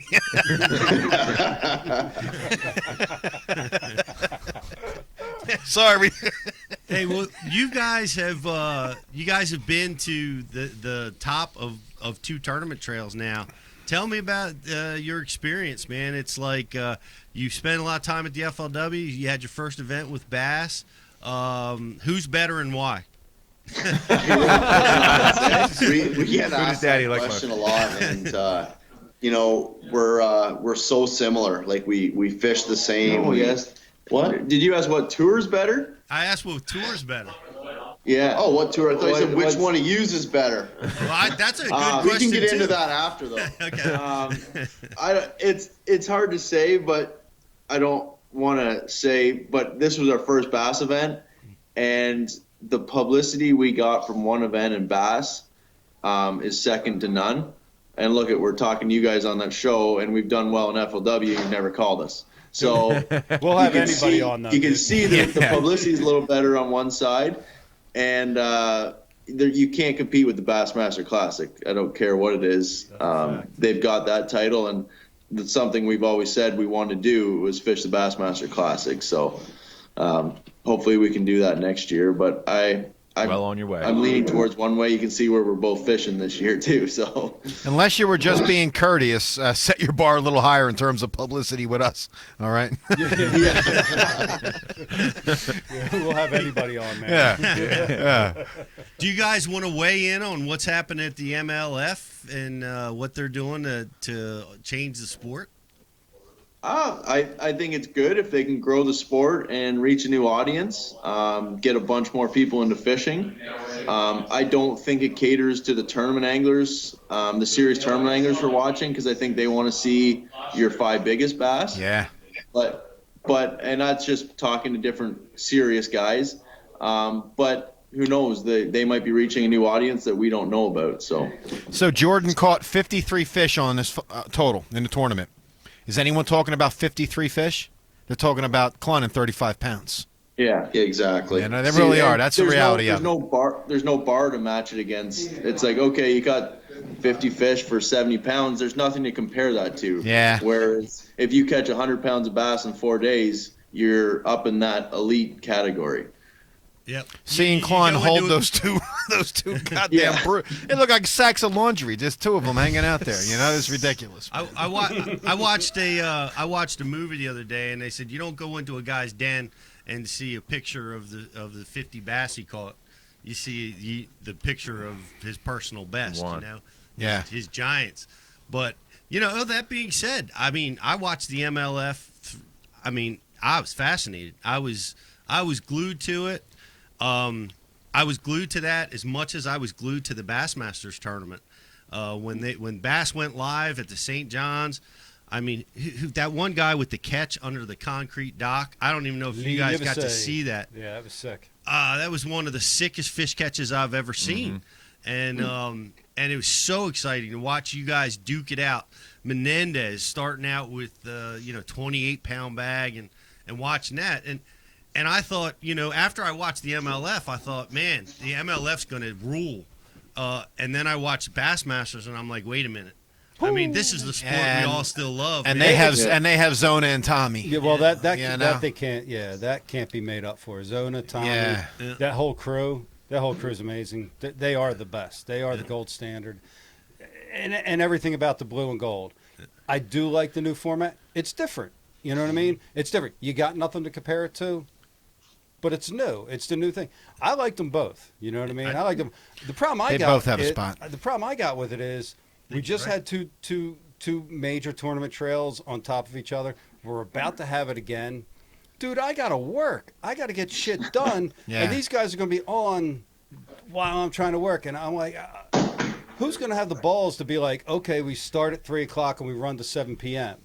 So at least I can watch some of it live while I'm not working. Yeah. That'll be interesting to see if anybody's got the balls to go for that. But still, or I guess 3 to 7 wouldn't work. Maybe it'd be noon to 7. But at any rate, dude, it's awesome. It's all good times. Johnson Brothers, how much of the live content do you guys consume? I haven't seen any from the past 2 events, to be honest. I've been fishing tournaments. So we didn't even get a chance to watch any of the MLF. We were out fishing on Okeechobee, practicing or in the tournament. So, and then I haven't seen, I don't think I've watched one video on the Bassmaster just because it's been so hectic getting out of there last night and then getting down here. But I do want to take some time when I get home and go back and see some of the videos from that St. John's. Well, what you have to do is start not catching anything, and then you'll be able to watch the finals. Yeah. I did enough of that last year. I'm not going to do that no more. And why is it okay for you Canadians to punch hooks through the face of our bass right now, and you can't even punch them through the face of your own because of lulls? Why is that all right? Well, we can, but it's just walleyes, and they don't count. What's up with that? What are you guys going to do with your newfound wealth? You going to fight some of that for your fellow Canadians? You're talking about the closed fishing season? Closed fishing season. Canadians cannot fish until like June something. Right? I'll tell you right now, that's part of the reason why our fishing is so incredible where we are, because I mean the smallmouth bass spawn kind of late, and same with the largemouth, and I kind of like it. In my they're just too easy to catch as it is, let alone when they're sitting up there spawning, and you get all the people from the city that will come and keep every single one of them. So I kind of like it. See, I always thought it was because Canada has like the population of New Jersey through the whole thing. I don't know. That's what I thought it had to do with. There's only like 300,000 of you, right? Too. There's lakes that have never been fished probably. There's bass that still haven't seen baits, which is nice. But I think you're going to see more Canadians coming down south in the winter and competing in Build that wall. You're all welcome. Build the wall north. Yeah. Well, I'm a little worried about that. We might not be able to come down fishing here in a couple of years. No, we allow you guys in with DWIs, but we can't go up to Canada if we were caught with a rum soda. True, what's up with that, you discriminatory? Jesus drank the wine, man. We need Trump to come run our country for a couple of years. He loves your guy, that's for sure. Your DUI kept you out of Canada? I never had a DUI. I should. It's got to be. You guys got to be an inspiration to Canadians to get involved. I mean, when you go home, is it nuts when you show up to a tournament now with all your success, or are your guys from home going crazy? We've had a ton of support from people sending us messages, following along. There's people at trade shows. They said they had it playing in their booths, and there was a huge crowd around watching. But coming to tournaments, we got a lot of serious tournament anglers too, that when we show up to the ramp, they just want to beat us. They don't necessarily want to win, but if they can say they beat us, they did something, which is great to see. I love the competitiveness, and we have a lot of good anglers that just haven't had the chance to come down to the States, whether it be expenses or work. And I think you're going to see more guys taking that chance and competing down south. So it'll be good to see. You guys definitely are like the Tiki and Ronde Barber of Canada, because I remember hearing Ian always talk on the podcast about the Johnson brothers. So, yeah, there is something to that. I've heard it. Yeah, you guys are legendary up there. Ian West Johnston. He just changed his name. Yeah, you're. He hyphenated his name. He's been known. Yeah, you guys are like Road Warrior, Hawk, and Animal up there, man. I heard that Alpha and Sika got a little bet going on us too. What's that? I heard that Ian West and those boys have a little bet going on us too. Oh yeah? What's the bet? I think you're gonna have to ask him, but I think it's something about whoever makes more money between the two of us, or has the most points. The other person has to go and get a signed jersey. Come to our house. Come to our house and get a signed jersey. And wear the other like person's that. jersey. I don't know. You have to ask him the details. All right. Well, with your roommates that you're traveling with, are you guys going to start growing mullets and mustaches? I think that's all them. That's all. They got that all covered. Yeah, where they at? Bring them in there. They're over here. They're cooking burgers. I might go see how they look. There's probably not a bag of Doritos in sight in that house with them two. There's no tasty cakes. Doritos and Pringles. Exactly. There's none of that around. The pretzels are gone. Good. Fired through them all. Empty. Just empty bags laying lifeless on the ground. Hey, Corey, you guys got some northern tournaments coming up on the schedule? You guys got any smallmouth derbies you're looking forward to?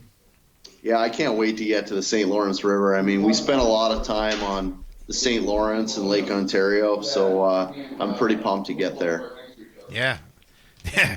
Think about it. They're going to go kill that tournament too, man. Oh, yeah. I mean, are you going to be going upriver like they have in the past? Are you allowed on the lake this year? What's the deal on that? As far as I know, it's river only. Okay. I wish we could go out to the lake. I mean, that's kind of our bread and butter out there.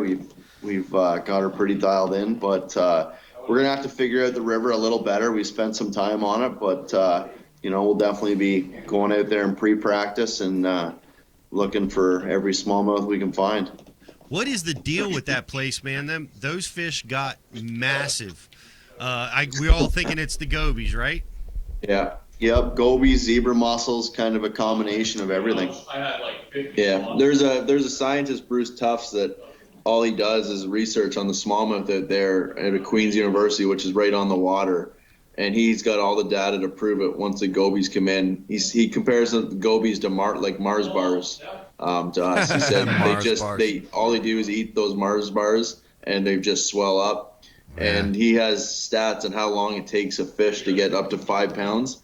And I think the quickest he's seen is maybe 10 years or even less than that to get to 8 or 10 years. Yeah, 5 pound smallie, which you used to take 20 plus years or 20 years to get that big. God. Wow. Man, that's awesome. The strongmen should start just eating those things like sardines, dude. There's got to be something to it, right? Like as an athlete, gobies, just gorge a bunch of gobies and get yourself jacked. No need for roids anymore. You might want to run after you eat all the Mars bars though. Nah, I'm talking about gobies, bro. Straight gobies. Eric and his Goby friend with the haters. recreational activities eat all the Mars bars off the shelves. Yeah, gobies, that'd be an interesting diet plan. I think that would build the muscle. We'll see. But I know it builds them giant smallmouth. Hey, guys, we're going to let you go. I know you guys got to get up early tomorrow. Just congratulations. It was so much fun to watch you guys. I just wanted to let you know that, and congratulations on a great event. We're going to be watching the rest of the season, and wish you guys the best of luck. Thanks for being with us tonight. Thanks, guys. Thanks for having us, guys. Appreciate it. Good luck. Thank you, guys. Thanks. See ya. Johnson Brothers. Woo! Man. I like them. What a deal, man. I Like them for sure, man. They're a lot of fun. I'm a new fan. That house is so casual. What a deal with with them and Chris Grow and Eel Pout Snout. Eel Pout Snout. Fighter. Seth Fighter. I don't know that. Yeah, you do. You pop that brain cell?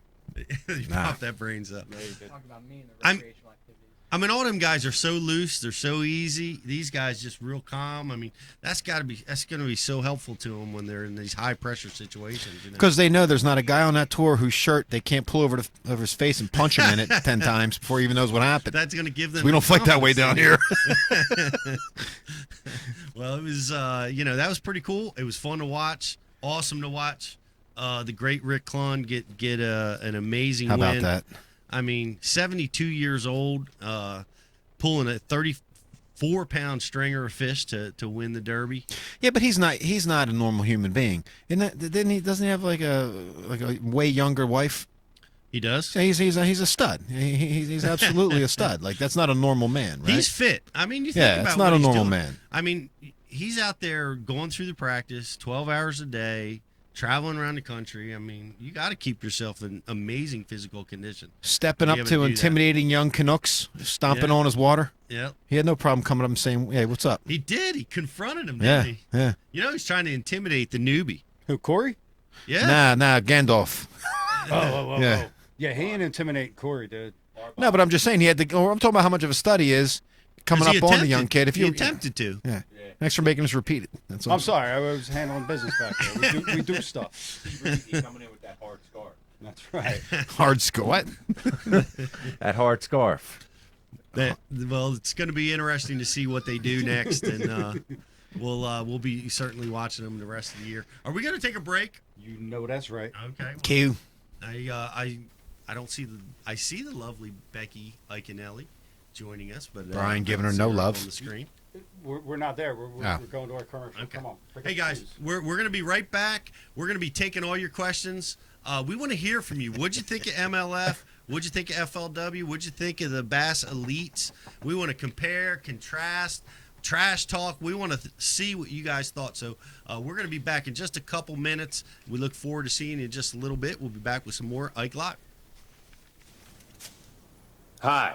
Today we're going chest to chest in the Dr. Squatch lather test.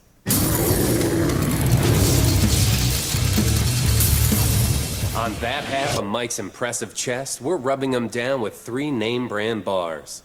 The result? A sad, milky film of disappointment. How's that feel, Mike? You see, Big Soap cuts corners and strips out all the sudsy goodness in order to make production cheaper. But not Dr. Squatch. Don't worry, Mike.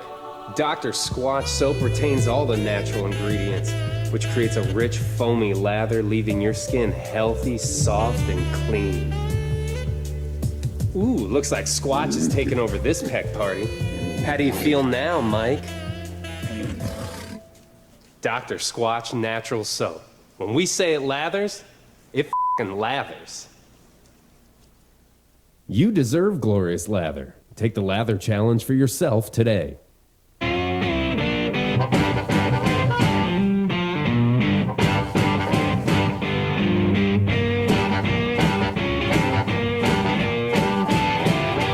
Noah Wheeler here with Real Snot. Been out on this pond for about an hour now. Haven't had a whole lot of luck. We've had a couple blow-ups, but not getting a lot. So we thought we would try the new Java product on this frog on the top water. It works great on jigs and other plastics, but we've noticed that when we do use it on top water, we get a trail in the water, the scent's in the water, and we're getting a lot more bites. So we're gonna spray some Java all over the frog. Apply from Real Snot to the braid, get it nice and wet, and then as I reel it in, it's gonna work its way through it. Okay, so now we got that scent in the water, and then we got the frog all juiced up with some Real Snot Java. Let's see what happens here. There's one, there's one. So as you can see, that scent got around in this little area, this little pocket we're fishing, and sure enough, one came up and nailed it. Small one, albeit, but hadn't caught anything since we've been here for about an hour and 10 minutes now. There's one. That's a good one too. That's a good one. Much better.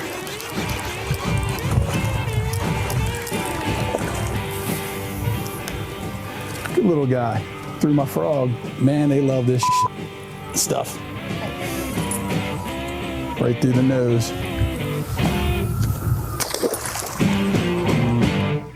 This time of year, I definitely recommend putting a little bit of this on your soft plastics too. There he is.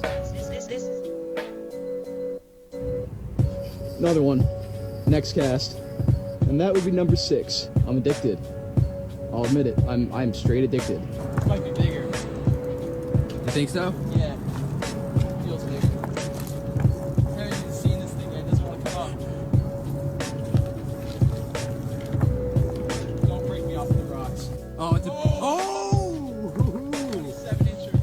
He caught it. Oh my god, that's such a healthy fish. Look at this size.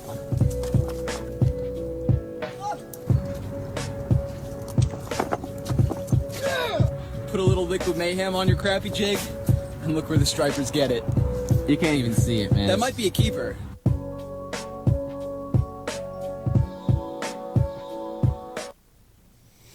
Four and a half inch drop shot worm, Bama bug.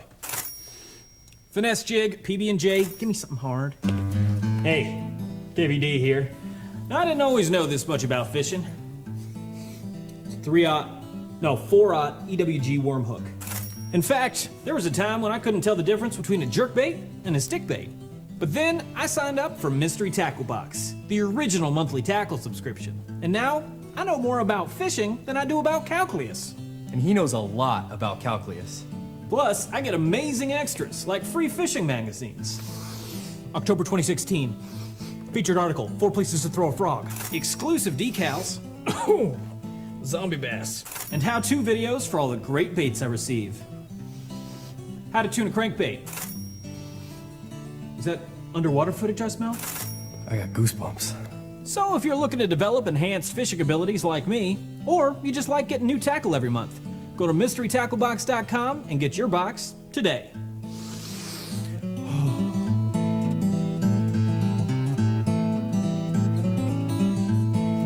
Ooh, Nice live job. minnows. Is it lunchtime already? Nature's candy. Snap into a Slim Jim. Get in there.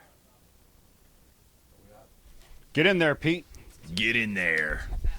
And they have these they have the pictures, and they have frozen like sickles that hang in there, and it keeps the whole picture. Hey, everybody, welcome back. We're live. That was an important conversation you interrupted. I don't know. Like, what do you think? You have a show here? Apparently, I'm the only one that thinks that we do.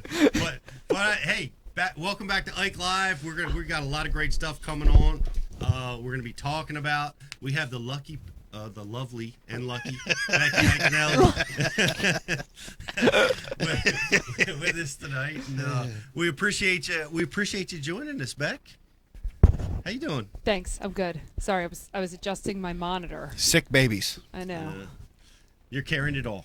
Single parenting in a snowstorm, so. Understood. So what Vegas do? Eat goose shit or something? He was eating the snow, so I shoveled the drive so that you guys could park and get in the house without falling on your tuchuses. I got 4-wheel drive. And, well, all the ladies come tomorrow, too, so I Okay. figured, anyways. Fair enough. I was shoveling. And it's always a thing that we do, that I take all the snow and I put it into one big spot, and then they do snowmen and slides forts. and forts. Vegas was eating the snow. Yeah. But it was the snow that was literally shoveled straight off the drive. Yeah. So I kept telling him, like, stop eating it. It's, like, dirty. Motor oil. Yeah. Rookie mistake. So his stomach's a little torched at the moment. Yeah. Jake does the same thing. But the worst, okay, this is way too much sharing. Gravel. And someday I'll be disowned. He'll take me to therapy. But it was his birthday this weekend. Happy birthday. And he turned 8. It was this big Minecraft celebration. So Minecraft, the green and brown blocks. Yeah, I remember those. I have this awesome cake place, and they make these cakes for me. I give them a picture. Perfect. Green fondant. You know how that comes out of you? Green. Oh, yes. Yeah, it's usually diarrhea. Oh, Lord. It's like this blue-green color. So I'm, like, trying to be the nice mom, and I'm like, oh, my God. That is horrific. So you had an 8-year-old birthday party, and I was at a 102-year-old birthday party. I know. Isn't that How crazy? amazing. That's weird. That's pretty awesome. Yeah, that's Yep. wild. Dude, she was born during World War I. Brian's grandmother, everyone. Brian's grandmother. Yes. We did mention it. Did you mention it earlier? We did, yeah. World War I, dude. Shout out to Brian's broken nail gun checking in. Says happy birthday, Grammy. My nail gun's all right, bro. What's up? Stockle's dead boat batteries also live. That's a true story. How many presents do we have to send out? Well, we've got to give one to Eric Ottoman, and now Brian. Brian's broken nail gun is one of the funnier ones I've heard in a while. By the way, Pete, right into it. Right into it. They paved the way. Mystery Tackle Box, presenting sponsor of Ike Live. We love them. It's like Christmas every month. We're going to do a live. We are the only web show, or the best, to be doing a live unboxing. We're the only one. Because I don't watch anything, so I can't wait. So it's amazing. I was just going through my tackle and getting ready for this tournament in Florida, and I started going through my Mystery Tackle Box stuff that I had gotten because they gracious enough to send me a box every month at home, and I'm looking through. I got to use this. This is a Florida bait. I'm taking this. Took a bunch of things that I would have never taken. I would have never had without them. But I'm picking out of my Mystery Tackle Box the Live Target Sunfish. This was red hot. I think this got ICAST awards the year that it came out. It's a frog bait. It's a frog bait, but it's in the shape of a sunfish. And when the fish eat down on the Chesapeake, when those carp are spawning, those eggs are stuck to the canopy. The bluegills are pop, pop, pop, pop, and that's what the bass are blowing up on. And this little tool is a dynamite replica. And when you walk that bait, you could walk it like pretty much it stays still. Like you could hold it in one small pocket right in the strike zone forever. Yeah. It's a cool bait. Yeah, Live Target makes some amazing stuff. What do you think, Beck? Back. I think yes. Is this the kind of bait that you got hooked in the eyelid one time? Holla back, that is actually a true statement. It was a frog, but with the hooks like that, straight through the eyelid. Would you have preferred to get hooked with a bluegill than actually a frog type? No, as long as I got hit with the hooks, a bait with hooks tight in there. Tight in the Because ear. crankbait, I'd be a pirate. Like I wouldn't have an eye now. You did get hooked with a crankbait there, didn't you? I think In no. your it was pants or your? Oh no, I think that was a jig that he got me right in the Oh, butt, yeah. and it was a jig that he got me in the nose. Los pantalones. Yeah. That's 3 times. Yeah, the jig he did on purpose in the butt because he Right. thought that was so funny, and Dano was filming it. I was Right. like trying to climb in the back of the truck to get something, and he just whacked me, but it went straight in Go my back tuchus. booty like a big game That hunter. hurt. Yeah, but the eye was the worst. Oh my gosh, that's scary. Yeah. I've never been hooked in the eye. Well, there's still time, Pete. What you got there, Dave? Pass that around. So here, this may be one of the most stout MTBs we've ever opened. I'm going with the obvious choice. I'm going with the Spro frog, not a pumpkin frog, the one you can walk and get through the slime a little bit easier. Man. I mean, they speak for themselves. Everyone that's ever thrown a frog, everyone has a Spro in their bag, and There it is. This is a stout bait, and it's a stout box. You're going to see every single one of these ones are awesome. See, what Spro frog is that? Because they make the Dean Rojas frog. That's the Rojas frog. He's the best frog fisherman in the planet. Oh, it is the Rojas frog. Maybe the universe. Well, I've heard that said. It's a quality By item Dean right there. himself. Yeah. Just ask him, I'll tell you. Just ask him. I'll tell you. We also had a challenge laid out by the Cajun Baby, challenging Ish to a frog off. Yeah. Frog off. Anytime, any place is Ish's response. I would love to hear each one of them tell each other they got served. You know what I mean? Like, what would Cliff's finishing move be It to doesn't serve matter. him? Dean's still the greatest ever. Yeah. In the history of the world. What do you got, E? So I'm going with the big TRD, not the regular Ned head. Or Ned rig. This is the big version. I believe JT Kenny likes throwing this down in Florida. He's talked about it. Ned. I love throwing the Ned rig, the normal size one. Caught a lot of fish on it in a lot of different scenarios, but I've never played around with this bigger version in grass, fishing it a little more power. Right. So this one interests me, man. The Ned Hold rig. the camera, E. Smile. Other camera. There you The go. Ned rig. I Sweeping don't do the this nation. a lot, you know? I'm not on the couch You're that doing often. it, kid. You're doing it. All right, I'm going to close it out because one lucky winner tonight is actually going to receive this box of goodies along with our other Ike Live sponsor Mine goodies. is this Live Target, which I'm taking home. Okay, it has to be in the box. Let's go back in the box. Rats. We've do you got got, babe? the Dang it. Pacemaker jig from Cliff Pace. Eric. We've got the football shaky ultra head by Owner. 3/4 ounce, too.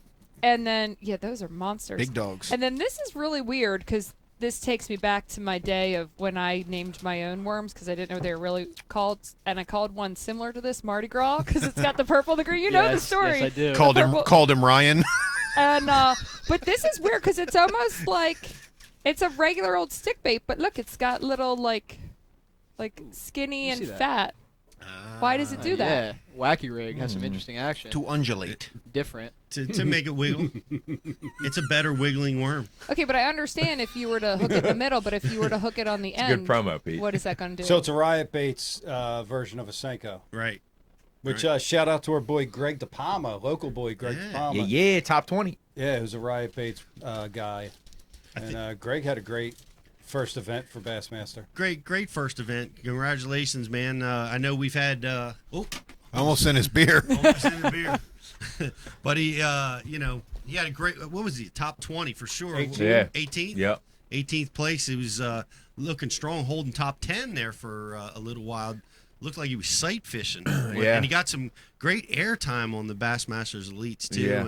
And you know what was cool about it, and because Greg's been the co-host on Bass University Live a couple of times, and this is his dream, and he talked about that, and it was interesting. You could feel it. You could It just was- the emotion that came out of Greg.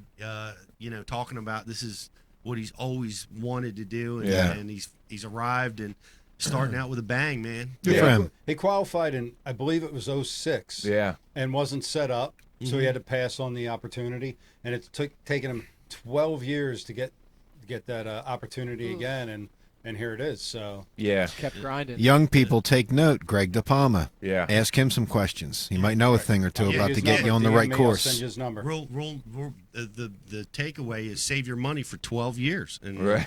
Yeah. You'll be able to afford it. Or You just can go be for able it. Now that is one of the most Just go prevalent balls out. questions from our younger enthusiasts. It really is, and the answer is always in almost every show. Follow these people, obsess over these people, and DM them. I mean- get the template. It really goes beyond fishing too. It's like no matter what you want to accomplish in life, like no matter what your ultimate goal is, you just got to put 110% into it, and you got to keep grinding.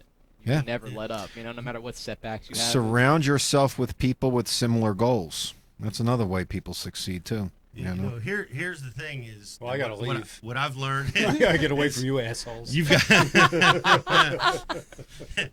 got to find something that you love and you're passionate about in order to really put the 110% into Yeah. it, right? If it's not your thing and you're trying to force it, it's hard, and but when you find your passion, man, that energy comes. Embrace the grind. You love the grind. You Yeah. gotta love the grind. You also got to find the gotta passion love before kids come practice. along in marriage. You Yeah. got to find it before that too, Facts. because that'll cripple and stifle creativity. Right. All right. And it should. They're supposed to be your Like responsibility. Al Bundy said, for the price of It's so positive right there, Dave. We were like on this like floating aura of happiness and like uplift, and then it was like, but do That's it what he's before there kids. What did we just talk about with your husband? You know what I mean? I Like, know, I would know. he have been the guy he is now if he wasn't able to No. create all that before? No. Telling you before the wife and the He's kids right, come he's along, right, but- be One- successful. one of my favorite Al Bundy lines. He Eric, said, they're talking to us, by the way. for the price of one condom, an entire life was ruined. Al Bundy. Hey, come on now. Some guys out on tour partner with their wives and their support team, and it enables them to make it to the next level. It's just you got. Yeah, but they sacrifice goats. You got to find your path. You got to find your path. Listen, I support Mike, but I'm not educating our children on the road. I'm not an educator of Beck, any how's sort. Mike doing? He's good. Can we get? So he's fishing tomorrow morning. He's fishing tomorrow morning. Let Pete finish this one sentence Oh, I'm with sorry. our other sponsors' I'm products sorry. that are in the bag, which Yeah. will never come full circle to My again. bad. You're right. We got a flambeau tackle box. We got a tackle warehouse hat. We got the mystery tackle box. We're going to be giving these gift packs out. We've got the soap We've got the Yes. Yeah, so Liquid it's gonna Mayhem. smell like the Squatch soap. No, the Squatch soap will get the mayhem off your fingers. I swear to God, man. The Squatch soap don't play, son. And that flambeau box actually fits in a fanny pack. Almost every standard size fanny pack that will fit in for when you're walking around the banks and stuff. And this Fanny hitter. cool Ike Live, Satchel. kind of backpack satchel. Yeah. Who's going to get these? How many of these are we giving Wait, away? so there's the line cutter's ring. I forgot to put in the real goes snot in there. bottle and the TH Marine. Okay. Put that in there. More coming? G juice. Oh, I got the ring. I promise. Man, this is you're getting on. What's this? A $50-$60 value in here? I don't know. it. Yeah, it's gotta Killer. be pretty hefty. Pete, Call it 100. there's the ring. Oh, there's the ring. He stole the ring. All right. No, I was wearing it. I was accessorizing that thing. So anyway, some lucky winner is going to receive this. Yeah, we're going to open up the I mean, phone we don't know lines when. tonight. Sometime in the next couple weeks, couple months, we'll remember to ship it out to you. Let's announce the. You want to do the contest right now for the winner of this bag? I mean, Brian's rusty drill bit, whatever that guy was, got it from. Brian's broken nail gun. Drill bit. Well, what we're gonna do is we're gonna have the Brian's contest. spackle bin. We're gonna. I'm sorry. Heather. Checking in for Brian's drywall knife. You had to apologize to Heather. Oh my God. Are we ready to move on? Yeah, yeah. Just keep powering forward, Pete. I'm trying. Dave can't even handle it right now. Oh, quality. Hey, we're gonna have a contest because there's been some drama. A lot of you guys may have seen a few chosen words were said live during the MLF. I have no idea what you're talking And there's been some fines. And there's been some new rules established.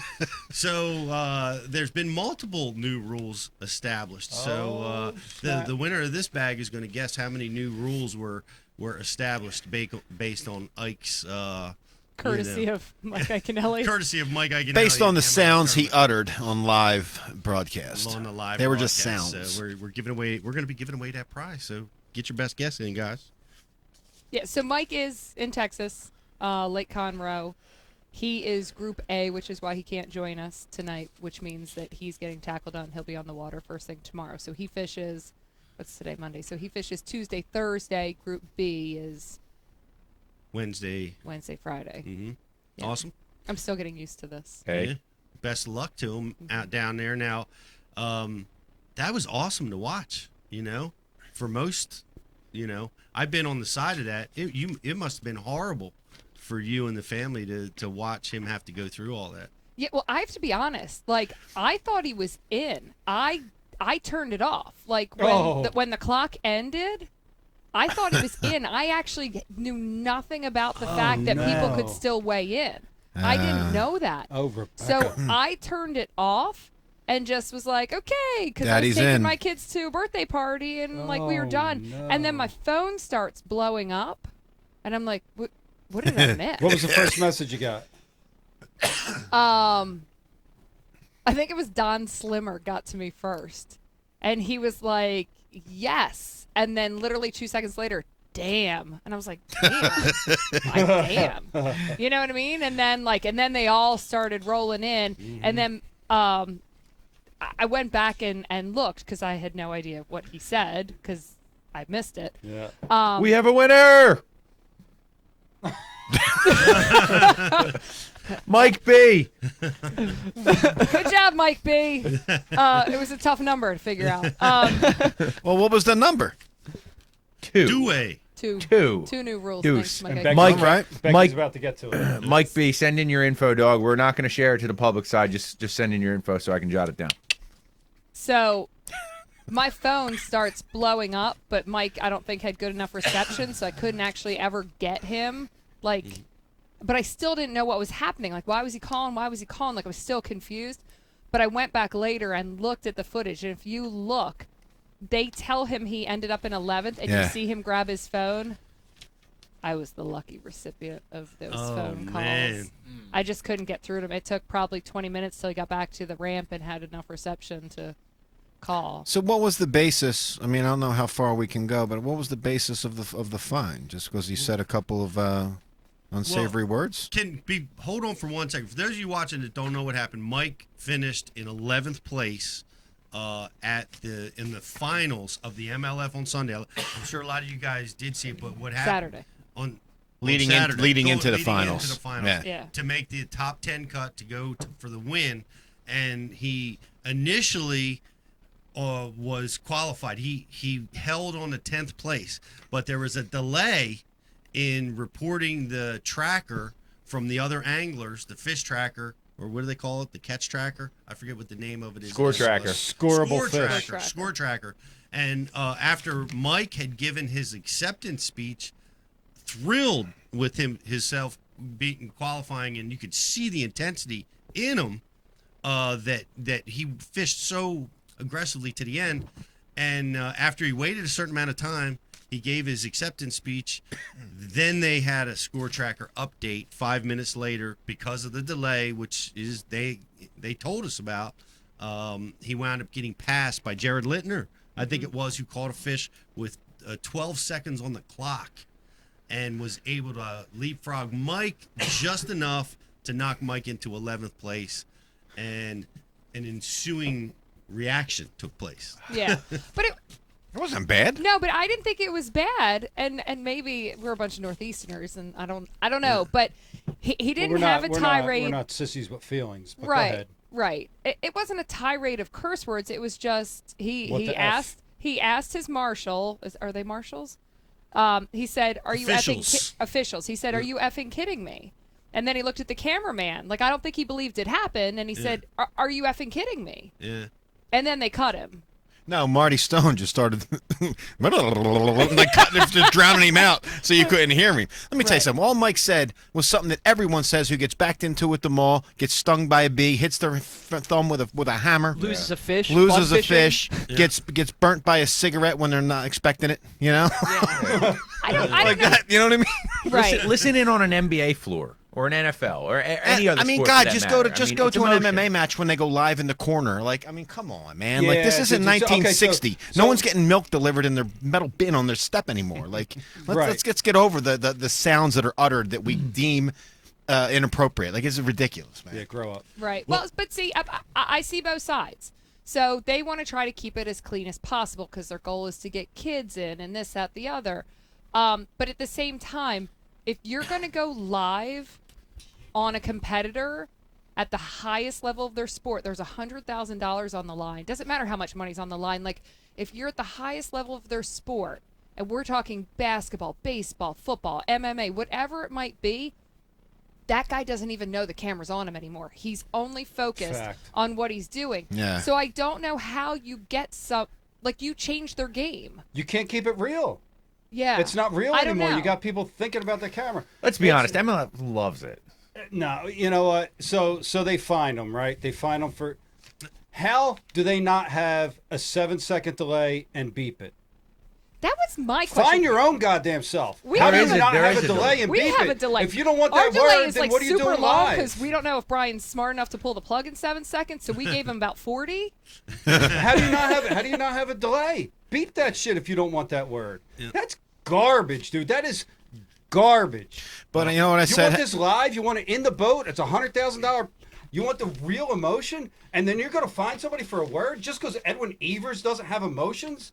Doesn't mean Ike doesn't have emotion. What the poor Yo, Ed. What did he do, man? He's just growing peaches. We're gonna slam him. I have a better suggestion. I don't think they should fine him. I think they should. I think they should penalize him. I think it would be fun to have to serve out a 5-minute penalty in the next derby. Yeah, in the next round. In the next round. Next round. I think that would be. Yeah. I think that would be entertaining. And have to wear a dunce hat. Actually, Like, that's you know, interesting shame 'em. because look, they do have all these rules, and you get these like 2-minute penalties. Yeah. Like, why not make it a penalty? Why is it a penalty? It's real life. There's a reason. Hold on a second. There's a reason that you don't have a microphone on LeBron James. There's a reason. Because guess what he says when he loses at the buzzer? Guess what the hell LeBron James says? Or any of them guys. And LeBron James can get thrown out of the basketball game when he talks like that to the ref. But you don't get to and hear football it. But players- you don't get to hear and it. They get ejected all the time. They get 15-yard penalties all the time. Not for They saying say a that curse shit word. all the damn time. You but just that's can't if say you it to the go ref. after a Mike didn't say to the poor marshal that was like but like he didn't get on his ass, you know what I mean? Like it wasn't like he disrespected him. He said he uttered a few sounds that are descriptions of acts I'm that we sorry, can it's say how clean. we live up here, dude. It's a little I don't know. ridiculous, man. I mean, we're also like, so why are we doing this, right? It's for the kids, right? We don't want the kids to be exposed. And then maybe this is me totally talking out of my ass, but I mean, have we checked in on the way 3rd, 4th, and 5th graders talk in 2019? Dude, you know what they're I mean? watching on YouTube? That's what I'm saying. It's that part of the argument is crap to me. Because they're going to be exposed to that regardless. I mean, at a young age. Well, let's be honest, my kids are because they hear this, but my children also know who their father is and who their father is when he's in competition mode versus who he is at home with them. Like, my kids know what dad's job is. They have been there for the defeat. They've been there for the victory. Like, they have seen firsthand how hard he works and what he puts himself through. Maybe your kid should see that. Like, maybe your kid should be exposed to the world and the highest of highs and the lowest of lows. But my kids don't curse. My kids know it's inappropriate. My kids understand that when dad is in that zone, things come out of his mouth, but it doesn't mean that that's appropriate to say in public. That's a good point. Like, ML there's a separation in my It's kids not at 6 and 8. It's get not it. MLF's job to parent. Right. It's just not. Yeah. Well, if you don't want to put that out there, put a delay on it. But you can't have a live broadcast and put a camera in a dude's boat with that kind of stakes on the line and expect him to not be real. Yeah, it's garbage. Right, what did they And think it's he was garbage going for to them do? expect Okay, him- and start the boat and Yeah, drive and- away. And so hold on, Beck. Right, that is true. Better like, better you luck know next who time. You got to look at it from their eyes, Shucks. man. This is a group that is trying to do something spectacular, and they don't want to get derailed.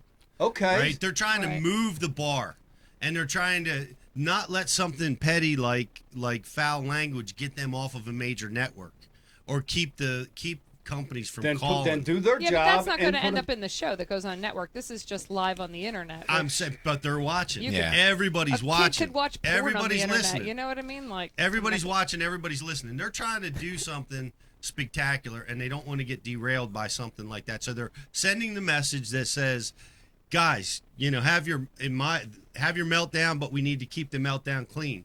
Or whatever it is. And I don't like the idea of fines for that stuff, but I do like the idea of getting penalized. I don't. I think it's let me give you entertaining as hell to see a penalty for doing something. But here's the other thing is How about I'm failing a mad at polygraph? them. What's I'm the mad penalty at for them. that? They Can just dust that under the rug? Where's your penalties for polygraphs? There's people in MLF who failed polygraphs. Let's hear about that. Yeah, but the polygraphs, that's a whole Oh, other they dusted debate. under the That's a rug. whole nother debate. Glove didn't Debate. fit. You got to quit. But I think they should have shown the entire agony of defeat. I think they cheated the fans by not seeing what happened next during his call to you. Or I wanted to see that. I wanted to see. I mean, come on, it's the agony of defeat, hold on. man. It's hard to handle, man. For any of you who believe that it is wrong, I'm going to dismantle your opinion right now. What if Mike said, "Are you whoopee kidding me? Are you whoopee kidding me?" Nothing would have happened. But because he used another word to describe that same act, he gets penalized for it. Word. You know what I What mean? happened to sticks and stones? That's how I grew But up. the point is, there's sounds. There's sounds that we can say poop, but we can't say. I don't know, man. Yeah, They're well, just man, sounds, and some are appropriate to say in public, and some aren't. And when there's emotion and there's competitive elements to things, everything's wide open. Otherwise, don't televise it And we live. just come from an environment where we happen to use those sounds We don't. a little bit more than You everyone ever else. fish with them people from the South? They curse it's That's not just true. as All right, much that's- as us. that's not Don't true. give me that shit. No, I was in Virginia. I was in Virginia a few weeks ago, and I could notice it. Like They curse. Oh, they're no. better than us. I could notice my difference from them, and it was palpable. Here's the thing. That's all I'm Pete, saying. I don't but disagree with you, but at the end of the day, if you're touting this as the most real thing, and you want to actually have a camera on a guy when he's totally in that zone, I don't know how you get somebody to not have that emotion at that time, and they're totally unaware that a camera's on him. Stuff comes out. Ish curse too. You know Especially what I the mean? guy that argued with a dog. Like, how you going to put the camera on him and then give him shitty news? I think actually, and this is going to sound weird, but I think Mike's actions actually complimented the MLF I think they, so. I think they created. It was amazing. They created a pressure cooker so intense that there was a massive explosion. Oh, yeah. We're trying to. MLF is benefiting. We're trying to from this, legitimize fishing as a sport, right? Like as an actual professional sport with high stakes and high intensity. That does it just as well as anything. Dude, it's as stupid as the NHL taking fighting out of hockey. Yeah. Well, fighting out of hockey is worse than that. It's worse. Because that's what they're doing. Like you said, you're trying to legitimize it, you're trying to bring the stakes into it, and then, oh, no. Then do your job and cut it out. Yeah. Don't tell him to be conscious of that camera. You don't want him conscious of the camera. You want him real. There needed to be a delay. Using the bleep button with a short delay. They That's already fine. have Think the about delay built think in. about trying to get all the sponsors that they got for that event, right? Try to think about these different companies that got to go pitch. They got to find out. And you're front line in this. What they like, what they don't like. You're always juggling that. And they got to juggle that. Yeah. You know what I mean? They got to show them, hey, this is how we're dealing with this. And I guarantee you, next time they have a delay, it ain't going to be mouth to camera. You know what I mean? What is going to be next time? The winner, by the way, there's 2 new rules. We're going to call them Iaconelli rules. What are the 2 new Iaconelli rules? So the one is that you get fined for cursing. Apparently, I must only. What are the banned words though? What are the banned words? I don't. So know. we can use them every show. show. Find this out because they're going to use your. What was your word? Whoopee. Whoopee. Well, because I know there were other hanky people. panky. Hanky panky. Hanky panky. $1,000 fine for hanky panky. Anyways, hanky panky is acceptable. I don't know what is and what isn't because I did hear because I watched the whole thing. I mean, we heard GDs and SHITs and I don't think those people got fined. So I guess we'll have to figure out what the appropriate, inappropriate words are. Okay, so and Beck, then what? Okay, so finish your thought. Go ahead. Yeah. And then the second one cursing. is Mike didn't cross the stage on that day, which he was not fined for. He didn't do anything wrong. He came and asked them and said, do I have to do this right now? I mean, I think he was spun out and he said, do I have to do this? And they said, nope. There's no rule that says you have to cross this stage right now. It will be tomorrow. And so he left. So, I mean, he did ask and he left. But I think they looked back and then decided to make a rule. I think if you're in the top 25, you have to cross the stage. Mm-hmm. But let's be honest. At that moment, that time, I think it was best for everyone involved that Mike drive away. What would have been best if they had like a barking dog, like to greet him? You know what I mean? I don't know. And that marshal holding the dog, they gave him the shitty news. I would have appreciated it. I think it would have been great. But apparently there's people out there that can't handle real life. Yeah, I don't get no, but hold on. Is it that? But hold on. That yes. Dial They're back the people anger. That email us. Think about her and what she juggles with Mike's sponsors. Think about the demands that are put on him, you, and all you. All right. Well, we live in an outrage culture where everybody. Everyone's waiting to be offended. Stuff. Everyone Exactly. cannot wait to get first in line to say, I'm offended. There's I'm a people who are victim. offending right now. But at the same token, like they have to juggle that. If there wasn't backlash, they wouldn't care. Because every one of those people are probably said that day before he even said it. You know, but there's unfortunately this balancing act that they got to juggle too, man. Judgmental people can go. What do the people think, Riz? What are the people watching? Yeah. Let's let them weigh in. Yeah. So for the record, not to a surprise, the IM board is overwhelmingly in favor of Mike. There's a lot of people that are saying that these are adults that are fishing for money at the highest levels. If the public doesn't think this shit happens, then oh well. The general input from the viewership is that Mike's emotions are his raw emotions and what makes him him. And honestly, that's what the MLF is going to thrive off of. If they're pushing a pure live product and they want to capture people's live reactions, that's going to be part of it. There's a lot more guys on the MLF tour that are going to react that way other than Mike Iaconelli.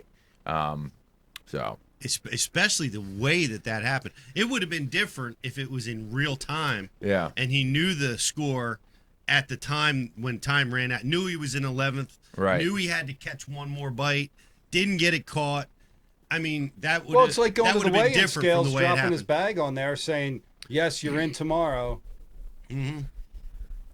Oh no, wait, you're not. Oh, sorry, we got this other guy. Yeah, one more guy. Yeah. Oh, wait, get off the stage. Yeah. your ass off the stage. And let's be honest. I mean, how many live cameras were on him that entire week, and there was never a curse word? I mean, this was. I know Ish was singing and cursing. This was him taken to an absolute extreme, and that's what came out of his mouth. Why So, try and get Ish fined, dude? Why are you dropping dimes, bro? Ish got fined. Ish took a hit. Oh, did Ish get fined too? A lot of people are saying that Racist. Mike's reaction at the end was some of the most entertaining content of the whole Yeah. of the whole broadcast. But that was a mild They wish reaction. the cameras would have went longer. Beck, can I ask you, what precipitated this decision by MLF? Because my understanding was MLF was by the anglers, for the anglers. All the stuff they were aggravated about dealing with BASS, where the anglers didn't have a say, didn't have any control over decisions made, decisions that were just made haphazardly as we went along. This is MLF. The anglers are running this. We're gonna control this. And then all of a sudden, here we go. A rule that I don't believe was in place beforehand is now It's a good question. enacted really after good the fact. Mike didn't get the vote on that? I mean, is this a rule beforehand, or did this just come up? They had And a who? meeting last night, and I guess that's when it was determined. But actually, you make a great point. Like, it wasn't a rule until after he cursed. So, like, how do you retro charge someone a fine if it wasn't a rule? That's been all over the I message think the board. anglers need to get together and fine MLF for not having a 7-second delay in place. I want to be on the bad word board because there has to be a list of words you can't say. That's been all over the message board of wanna be how on that Mike list. of how Mike can get fined when it wasn't even a rule yet. If they Yeah, voted if it on it wasn't a rule yet, and then they're how's going it a back to fine? it, yeah. But how much fun are we going to have with that list of banned words? Should we start our own list? Yeah, well, at the end of every show, got to say the words. And if it was a group of Submit anglers, your safe words. Yeah. Oh my god. and Beck, Yeah. I mean, do you know anything? Are you holding back, or what do we got? No, I honestly don't know, because not having been there, I honestly don't know. So who made this decision?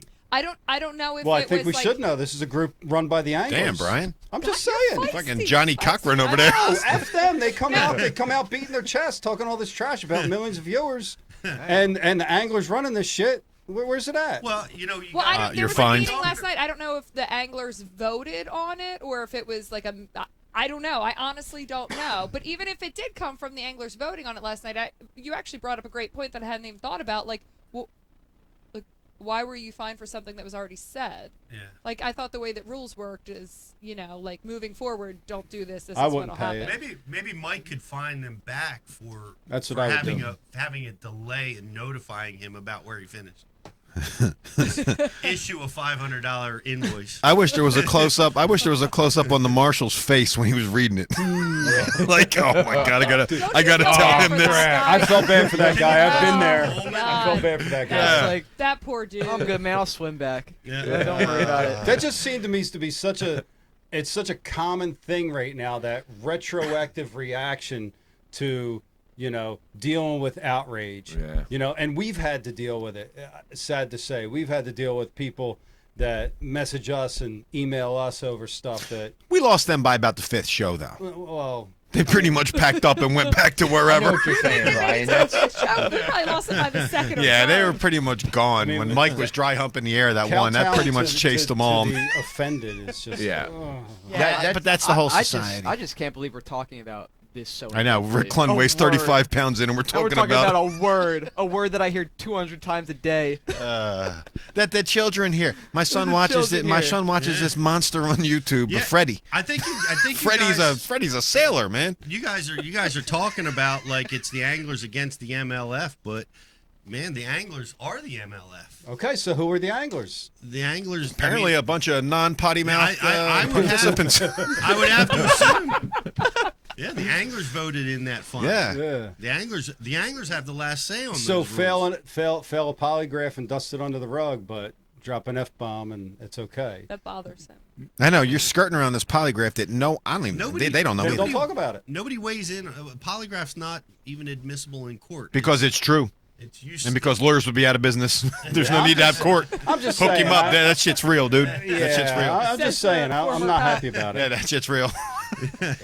Even So more than there's- that, combined with voice stress analysis, man, you can't lie, dude. What do you got? There's Hey, there's do some we heavy. know anyone who has a polygraph test? Because it'd be really fun to do one live. No, it Like, wouldn't. live. No, it wouldn't. Let's not ask anything that would like totally get anyone in trouble. But Yeah. it's God awful. That sounds horrible. Eric, when your eyes are closed and you're biting your lip, do you?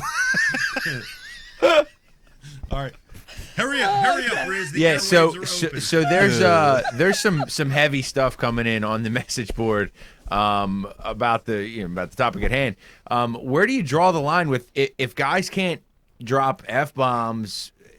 How is it okay for people to be throwing religious references around all the time? Where do you draw that line with these guys? Yeah, that's a good one. Positive religion. Yeah, positive. Yeah, I mean, absolutely positive. But I mean, to the point that it's driving it on people. Where's the line get drawn there? There you go. Yeah, we got to watch this. I agree, but there you go. We got to watch this one. I think it's it's the anglers that get to choose in this realm. Like before, it was FLW runs a tournament and they have a committee of anglers, but the decision is theirs at the end of the day. Same with bass. The MLF is angler. The decisions are made by the anglers. So that the anglers get to choose. And that's what they're choosing right now. But what I they find, must have chose a fine until we know more details. what I found with That's what fishing we with, do. but what Rich is saying, what I found fishing with people who have strong faith, like I accept their strong faith, but like my crassness, me being crass is not accepted. You know what I mean? Like I feel coldness, but I accept anything that they're going to say, and I don't ever shit on it. Dude, if you believe in God, you should be able to shout out God. If you believe in F-bombs, you should be able to shout out F-bombs. To a certain extent. You know what I in mean? Mike's situation, he's not signing autographs. Hey, fuck you, fuck No, you, exactly. fuck you too. Like yo, Dave, he's saying it in the heat of the moment. I You know like what that I mean? autograph. I'm in for one of them. Mike, this is my 9-year-old. He loves you. Fuck him. Well, sorry, Pete. Viewership's going up, by the way. The FCC regulates what goes out on a lot of the airwaves. And they have a list of words you can and can't They say. have a list of words, right? And they're, that's a regulated. That's a deal. funny thing because it's a word, but put on Family Guy and South so Park. they don't say the F word. But oh my God, yeah, South Park. I see Paris Hilton getting triple teamed on the stage. That's all- my God. I'm like, oh my God. I dude, walked in my they son's don't- room. Steven Spielberg was banging a stormtrooper in the backside, right against a desk. Oh, but they didn't My use jaw the F dropped. word. My jaw dropped. He was like 5, dude. On what? With Steven Spielberg with the Stormtrooper when they were talking about how when they redid Star Wars, they were just effing Star Wars and okay, yeah. everyone, they effed Indiana Jones, they effed the Stormtrooper, and then my son's he's like 5 sitting on his beanbag. I'm like, what are you But watching? that gets through. It got right through, dude. Whatever, dude. Dude, all bets are off with the internet now. That's all I'm gonna say. But this ain't even the internet. This is TV. And if you're talking about Family Guy, it's mainstream TV. It's 3, 6, and 10, right? Well, that's what I'm saying. Times have changed. Yeah. Times But have what Rich was saying about What people. they show on 3, 6, and 10 Family Guy is different from what they show on the cable Beat it. station. Listen, I personally liked our country better when it was run like with religion in the town square. Personally, I'm not a religious person, but I do like the way our country was in the 80s when there was some type of decorum, so to speak. But when you're talking about in the 80s, there wasn't live cameras on people running around either like there is now. Right. They said the same thing in the 80s when it was, thanks. I can hear you laughing back there, Sorry Brian. about That's that. awesome. Carry on. Forgetting you wrecked my rant. Yeah, but the privacy of your own home. We do have cameras now, so where are the boundaries? I'm with you. There are no I boundaries when you're do- live and you're not going to delay Yeah. it. Don't get me wrong. I don't want to be taken the wrong way. Like, I'm a religious person, and the Bible says, go speak the word of the Lord. I get it. Like, stand on stage, and we should all preach to be good people. I think that's the Be a biggest good thing. person. Be a good person. But I don't think dropping an F-bomb makes you a bad person in It's the a heat sound. of a moment. So that's kind of a tough question. But like that word didn't even I exist don't think I probably answered that person's 2,000 years question. ago. Right. You know, I think the anglers chose to find the guys. That's what we know until we hear otherwise. We'll discuss it on we've the talked show. a long time. You know, you guys took this in a crazy way, but did we? They got fined. No, that was that last guy. Yeah, Brian's hammer. I want Brian's broken jigsaw. They got fined for using the F word, right? So that's a rule. That's where they're drawing the line. They're choosing to draw the line at the F word. So everything else is okay. I don't know what else they've decided. We're going to find out. No, I agree with you. I mean, if a rule's a rule, then you can't break a rule. Mm-hmm. I think Brian brought up the best point of the night, which was like, why is he laughing? Because he's on the phone back there yucking it up. Look at him. I totally agree with Pete. Pete's right. The anglers made a mandate. That is what it is, and that's fine. Brian's point was just, how can you be fined for something you already did if the rule was made after? I think that's the real one. The only question. I'm mark sure that there had to be we've something actually- somewhere though, Beck, about decorum, right? There had to be something somewhere. There's probably there had to be something. There's Yeah. probably a sportsmanship. Yeah, rule exactly. That they're going to categorize this and that as a Right. violation of a sportsmanship rule. Right. I would bet that's how they're going to get past that. I would love to have heard it though without Marty Stone washing him over, because I know he said more than just. I would have, like I said, I would have liked to have seen, because if it was me, I mean, I would have been doing the same thing. I would have been pissed. I'd have been stomping. You're devastated, man. Pete. It's happened to me before. We It's devastating. talked earlier, and you said JT had an opinion on this, and I'm a huge fan of JT. Oh, you got me on the spot. What was his? I don't know.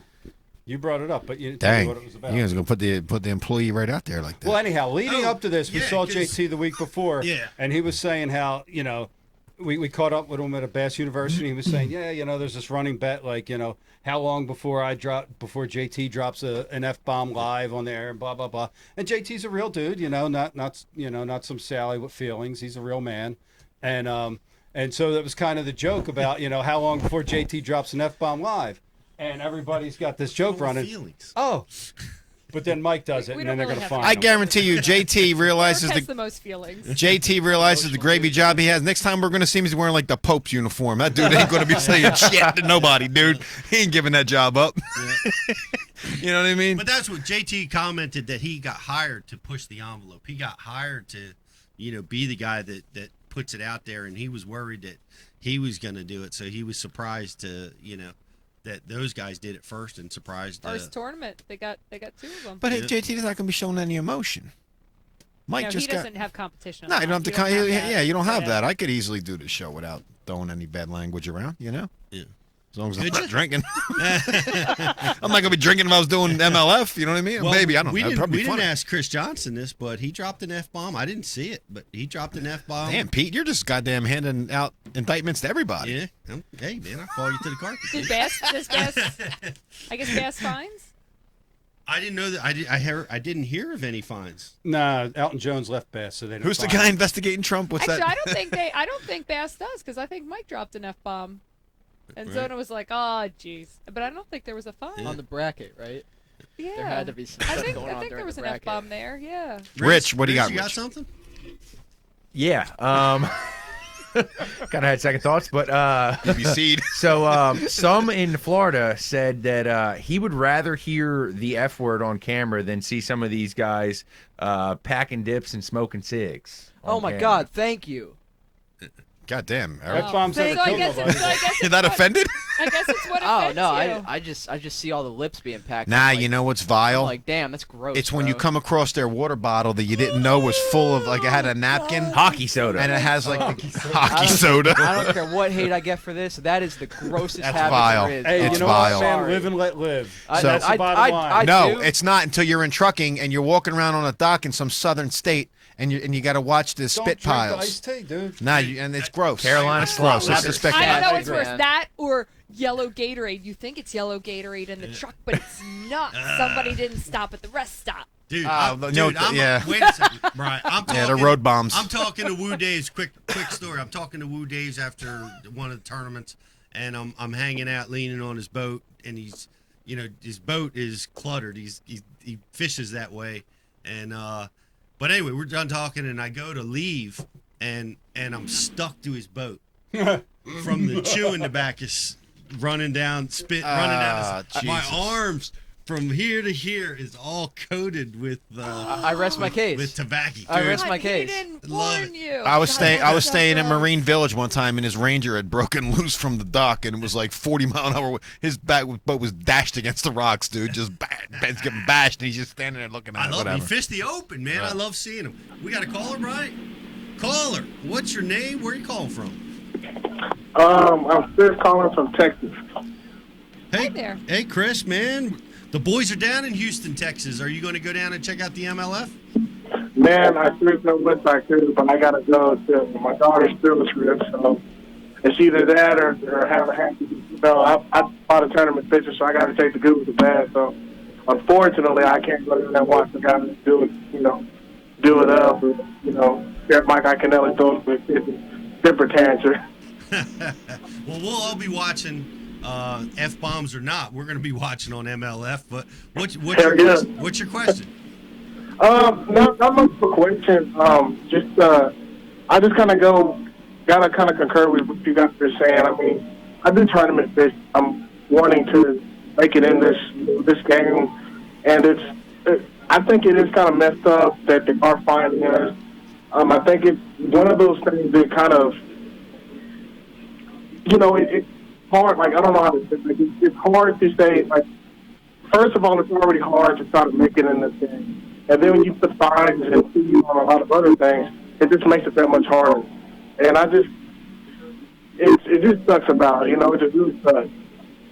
Right. Well, I think you're in agreement with most of the people in this room and on our IM board.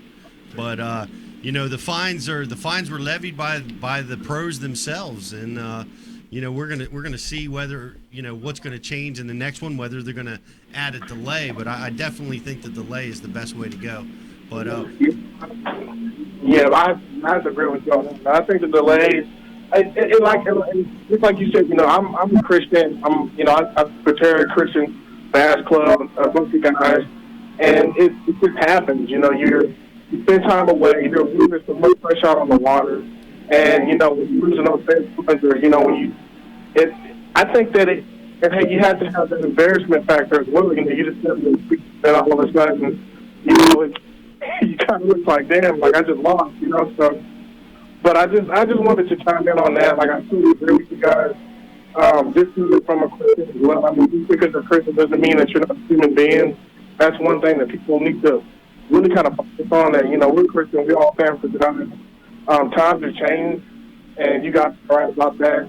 And I think people should focus on the fishing aspect and getting out and actually doing. I think us as fishermen can do a lot better things in society, and I think that you guys are doing an amazing job with that as well. But, you know, I just think that to pick apart something that's small, it's just a word that really doesn't really mean anything nowadays, it's really funny. So I don't know. I was just thinking that. I'm awesome to be on the show, too, by the way. Hey, thanks, good to have you. We appreciate it. Chris, the Christian, is okay with dropping Thanks in. for hopping in, dude. Thank you, man. Appreciate Thanks for chiming in. We appreciate you being F-bombs here. for Jesus.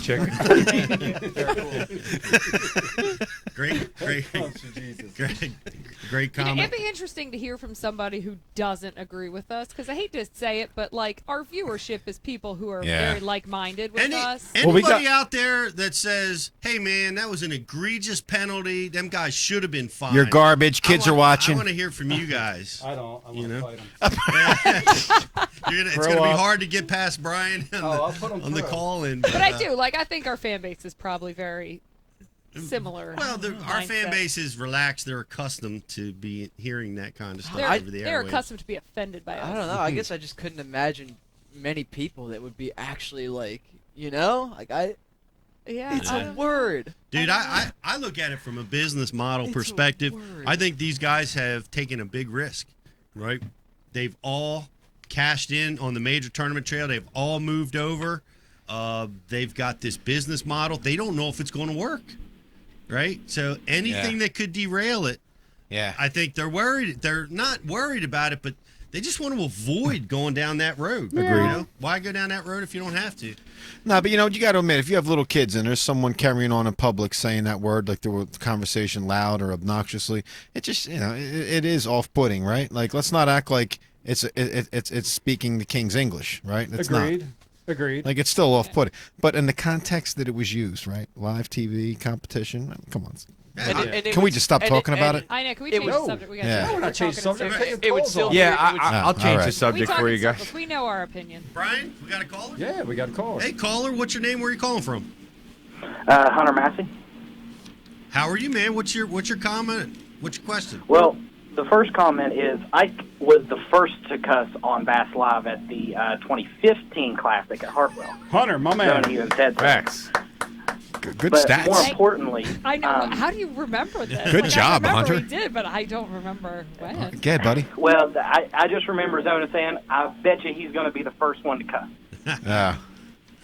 But I have one question, and I also have a comment. My question is on the championship of the Bass and of the MLF. The Bass, to me at least, it seemed like anybody could win to the last second. If Mark Menendez catches a 10-pounder, he can win. But on the MLF, that tension wasn't there in that last 30 minutes or so because of Lee just kind of blowing it out towards the end. And I think that kind of helped or I don't know. What do you all think? Do you think that helped or hurt? I don't think they'll all be like that, though. I think what we found was a lopsided event with Jordan killing everybody. I think we are going to have those within a couple fish of each other and within a couple pounds of each other type events. I just think this was a blowout that we were given in our first event. That's all. I think your point is a sound one, though. In this derby, it was not as climactic, the MLF at the end, as the Bass was at the end, because we didn't know. But the day before was. Well, there was a lot of energy and competition for the cut line and a lot of enthusiasm there, but the actual winner of the event, I would say the scale tipped towards the elites as far as excitement, because until those scales stopped turning, nobody knew who won. And we knew, Jordan blew this thing out of the water. I think that's an interesting observation. Yeah, but you know what? We also can look forward to secret tallies, which was what we're talking about, right? Like you don't know who won because apparently things can come in after the wire. I think we really need a full season of both. We need more events to play out because I'm sure MLF, man, the way that format is set up, there'll be certain final days where it's two guys and one guy's catching a fish, then the other guy catches a fish, and it's back and forth. Yeah, you're going to have those. You're going to have. There's going to be some shootouts. Yeah. What was your comment? You said you had a comment too? Well, my comment is that some of the anglers on MLS seem to be bashing normal tournaments. And a lot of people, at least in my friend group that fishes normal tournaments, really took that to heart that why do you have to be negative? I just don't understand why some of those guys had to be negative towards normal tournament anglers who are their bread and butter, the guys they're trying to sell stuff to, the guys that they are trying to get onto their bandwagon, right? I just don't understand it. Well, that's true. Like in sales, if you have to bash the other man's product to make your product look good, that's always kind of a red flag that your product's not that good, right? So I get that, I hear that, but I heard Bass doing it too. Right? Well, and I'm not saying that Bass didn't do it, but here's the thing: when you get punched in the mouth, you feel like you have to punch back. Yep. Well, yeah, I mean, Bass did get robbed. That's not right all the of time. older I dudes. understand that. Yeah. Because nonviolence is sometimes the better way to go about it because it makes you look better. I get that.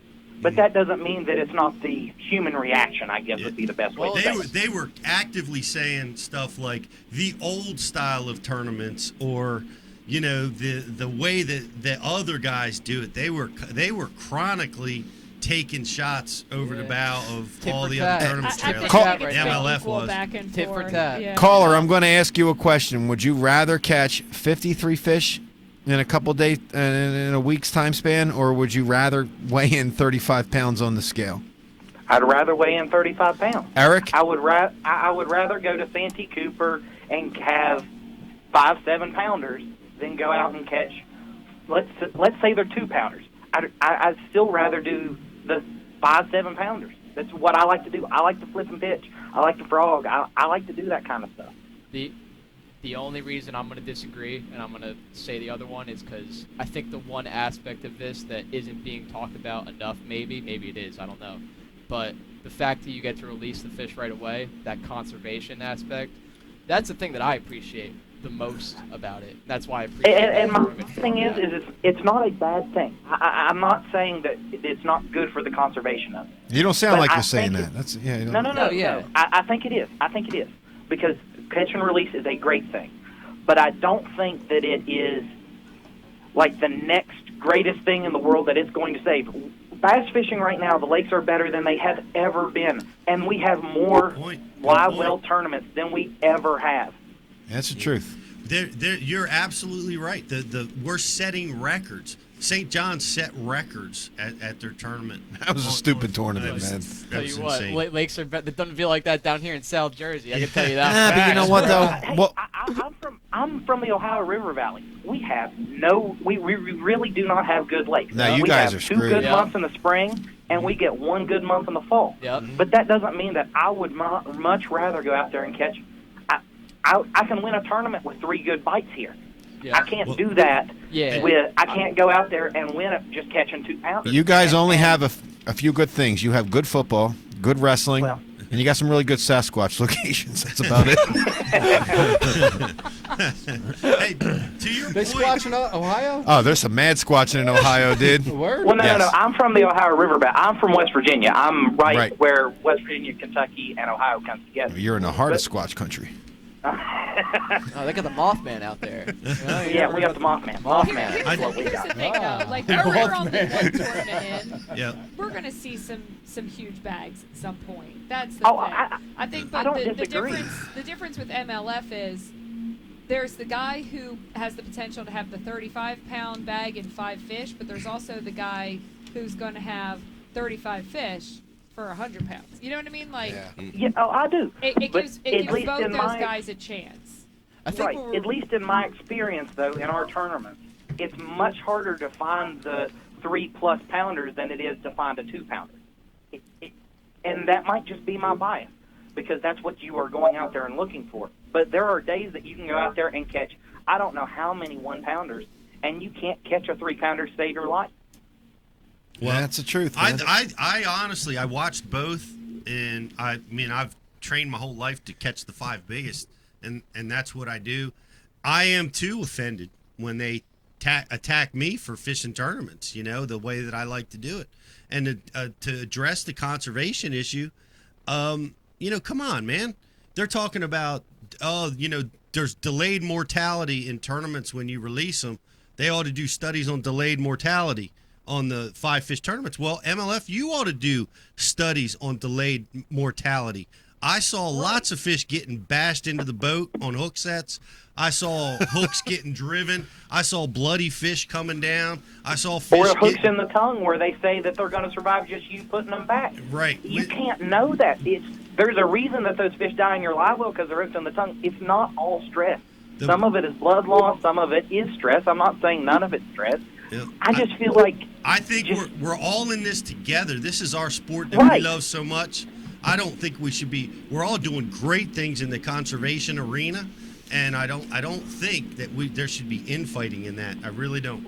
Well, there's because no the state stuff. Stones. Either tournament organization, there's no point, or through all 3 organizations, there's no point in throwing stones. Like, where you've chosen to land is where you've chosen to land. I don't understand the negative comments from anyone because you made a choice a good to call. be where you are. Yeah. So what's the point? Unfortunately, that tit for tat, though, it started and now it's like, when is it going to stop? Yeah, that's. I'm not in for that. No, neither I'm am I. not in. Yeah. I have nothing against. I didn't even know that was happening. organization. I didn't even know they were ripping on each other. Big time. Oh, there was one of the MLF anglers that I'm not going to say his name. Let's just say he owns an orchard. Edward Ears. And he said it multiple times about how much he was so happy that he was able to let it go right then and right there, and that if you were in a local tournament up at Toho, you'd have to run from where he was 30 miles up through the locks and all that kind of stuff, and maybe that fish was on a bed. Well, how do you know that fish was on a bed? You were throwing a chatterbait in 5 foot of water. But more importantly, I just feel like you fished it for 25 years. If it was so bad, why don't you say you're not going to go and fish the Classic? If it's so bad, don't go and fish the Classic. You qualified it for last year. Don't go and fish it if it's so bad. Right. You know what, though? He was a champion. He was a champion, so he gets a pass in my book. He can say whatever he wants. He was a champion, man. He's earned that, right? Hasn't he earned it to a certain extent to have an opinion? Nobody gets gets a a pass should for throw stuff. I don't. Ike was I a don't. Nobody champion. gets a pass. Can he drop enough? No, he can't do that. No, he can't drop enough. Pay me. I'm not into negative talk from Yeah. anybody. Yeah. You made your Right. choice, and be proud of your choice. But I don't think there's a point to bash any other But organization. I gave them the 6 days. I told myself I'm going to give them a free chance. I didn't like everything that I'd heard coming up to it, but I gave them a free chance. But that if people are doing that, you need to be able to not tarnish that chance they're giving you. Yeah, because none of us have that format. You're right. I mean, we're all weighing our fish in and dragging them back and throwing them in bags and then launching them into the creek afterwards. And that ad, you know, the better feeling in the world than carrying the bag. That ad looks we're like all something doing that. Doing it like that. We run a tournament every summer where we Yeah. drag them out of the Yeah. dump And and that's- weigh that- them in on But the that- stage. And then Do you know boot that 'em ad back they into the have river. out there? I'm You know sorry. the ad they have? The ad? That one looks like something PETA made. I didn't see that. What ad? Who's that? I didn't see this. MLF has an ad, and it's they show people boat flipping fish, laying them in the carpet, putting them in a live well, putting them in a bag, and it's all real close up, like you're like hurting every single fish and all that kind of stuff. And that once you release them, they all might die. And then there's like the tenderly holding them and then weighing them and then releasing them. Do they have? I just don't understand. It didn't feels like see an that. institutional thing. I Don't guess. worry, PETA doesn't want you to even catch the fish or eat the fish. Well, I They understand also that. want I'm to just, euthanize the dogs in the dog pens. So I know that. It just feels like it's sort of, why do you have to attack every? There are more tournaments now than there ever have. If you're going to attack them, you're just going to lose. You just are. Yeah, I love your opinions. A winner, Brian? Yes, sir. We're gonna be sending you something from Ike Live. You're gonna get it, Ike. I love your opinions, your comments. You're real passionate about the sport, and really great comments. So I appreciate it, and I hope you're able to catch a fish, maybe 2, on the Ohio River this year, if possible. Maybe 3. Hunter, hang on the line, dude. I'm gonna dip out and get your information, bro. Okay. And it's really interesting because you got the MLF, which is every fish counts, and Bass. I don't know if you guys saw their taglines, but their taglines were big bass, big stage, big dreams. Yeah. Right. So they're saying MLF's coming at them. They're coming back. Oh yeah, there was. But they have to compete. Dude, there was shots fired back from Bass. Dude, all of their first-round draft picks got stole. Yeah, No but doubt. Dude, they you have know to what? compete back and You know fight. what? There's going to be a lot of first-round draft picks I love using it like that. or real talented fishermen that surface from the fact that a lot of these guys went over to MLF. There's going to be some guys on the Bass Elites that put together some bags this year and really smash some fish that are going to rise to the top. The cream's going to rise to the top no matter what. The guys that can fish, the guys that are putting in their time, that are putting in all the work, they're still going to catch them. So there's going to be guys that we see in the Bass Elites that maybe nobody thought of as a top guy that now they're getting a shot to show themselves. I mean, Bass has to be pissed. 2 Canadians went down to Florida and played top 10. You know what I mean? Like, they got to be furious about Honestly, that. I think they love it. Yeah, I think good, they love good. It. It creates the Rich, buzz. I think Rich makes a great point, man. That's what I'm most excited for is who are the new stars Yeah. that are going to be created. And Who we are the already young saw guys? it, Who are the that, hungry ones? I had that comment. Lee, what was his last name? Lee Livesey. had that catch. That was one of the coolest fish catches I've ever seen. And it happened in Bass's first event with a dude that we never heard of before. But is there a comparison? The top 10 on might, MLF? there might be in We 5 don't know. years. 3 classic I mean, champions and an maybe not- FLW champion? Maybe not right now. Maybe a couple years. we don't down the know, road. There was a guy. But those there was hammers aren't over there. There's to a guy compete that against. There's won. gonna be new hammers There's a that guy are that won the created. Bassmasters point. event that had 4 classic championships. So It's Yeah. not. pretty big I deal. know. Yeah, I Pretty big guess. deal. It's not to say those Man. guys won't defect back, Hey, but here. So that's his second win at the St. John's River. I know. It's amazing. But That's his place. I've heard guys spot. talk about Bass as being awesome because it's got the guys with the dreams. It's got the guys you've not heard of because guys connect with that. They think, hey, that could be Yep. me. Yep. That guy, Greg 100%. DePalma, that's me. Yep. You know, that could be me taking that shot. Pass me on rainbow. And that's what they don't have over at MLF because they've got such established pros. But I've also heard the flip side that, But that dude, has to I don't change at some I don't want to point. watch Bass anymore because I mean all the guys that I grew up watching are now competing at the MLF. yeah, not all of them. That's where I want to watch. I'll be honest. I watched them both. I loved them both. I really did. And So it was exciting, different types of format. I really enjoyed both of them. I actually got a question. I think other people will too. This is something that I heard a few times from a few different people regarding this whole Bass MLF thing. One aspect of MLF that traditional tournament guys that I know really seemed to not be okay with was the lake being a different location on the final day. Hold on, Eric. It's a good point. I got a buddy on the line right now who wants to say the same damn thing. Well, let's hear it. Who we got? Hey, caller, what's your name? Where are you calling from? What's up, Pete? Steve Carey here. Hey, Steve. How are you, buddy? What's up? Good, man.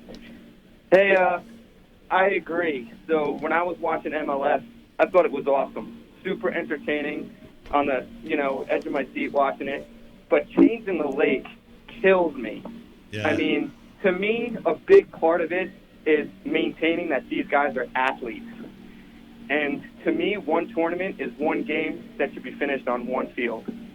These guys are the best of the best. I mean, they sucked them all from Bass. These are the guys I want to watch.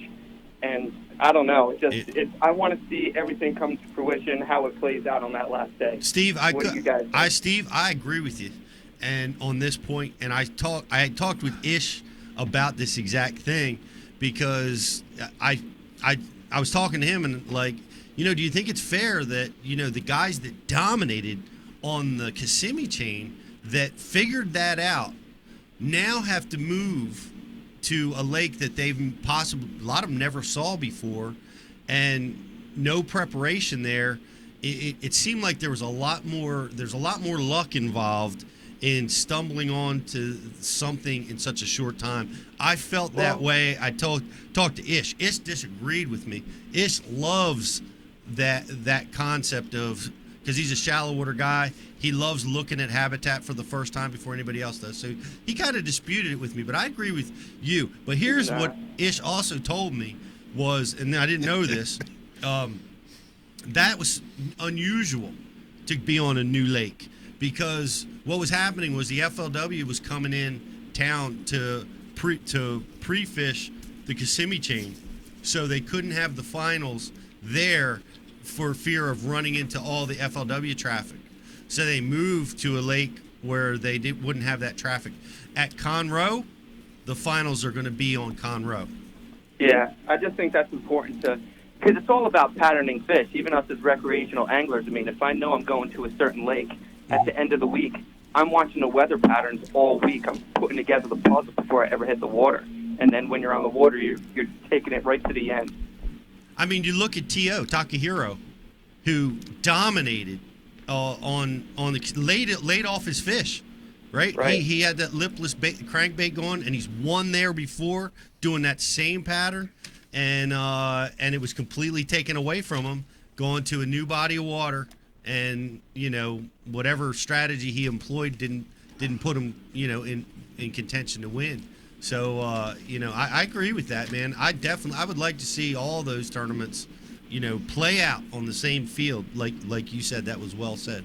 Yeah, Steve. It's entertaining enough. I just hate to see them try to sway that way in the favor of entertainment and start adding hokey rules.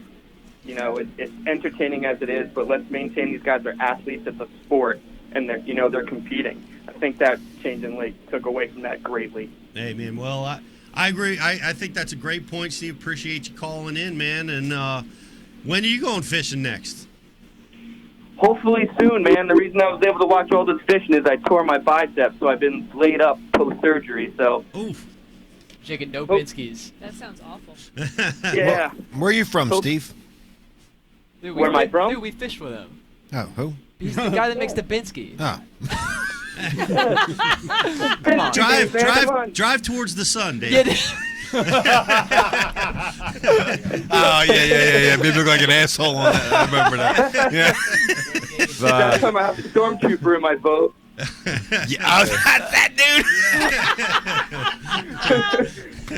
Oh, yeah, the unedited interview, the never seen interview. Well done, Dave.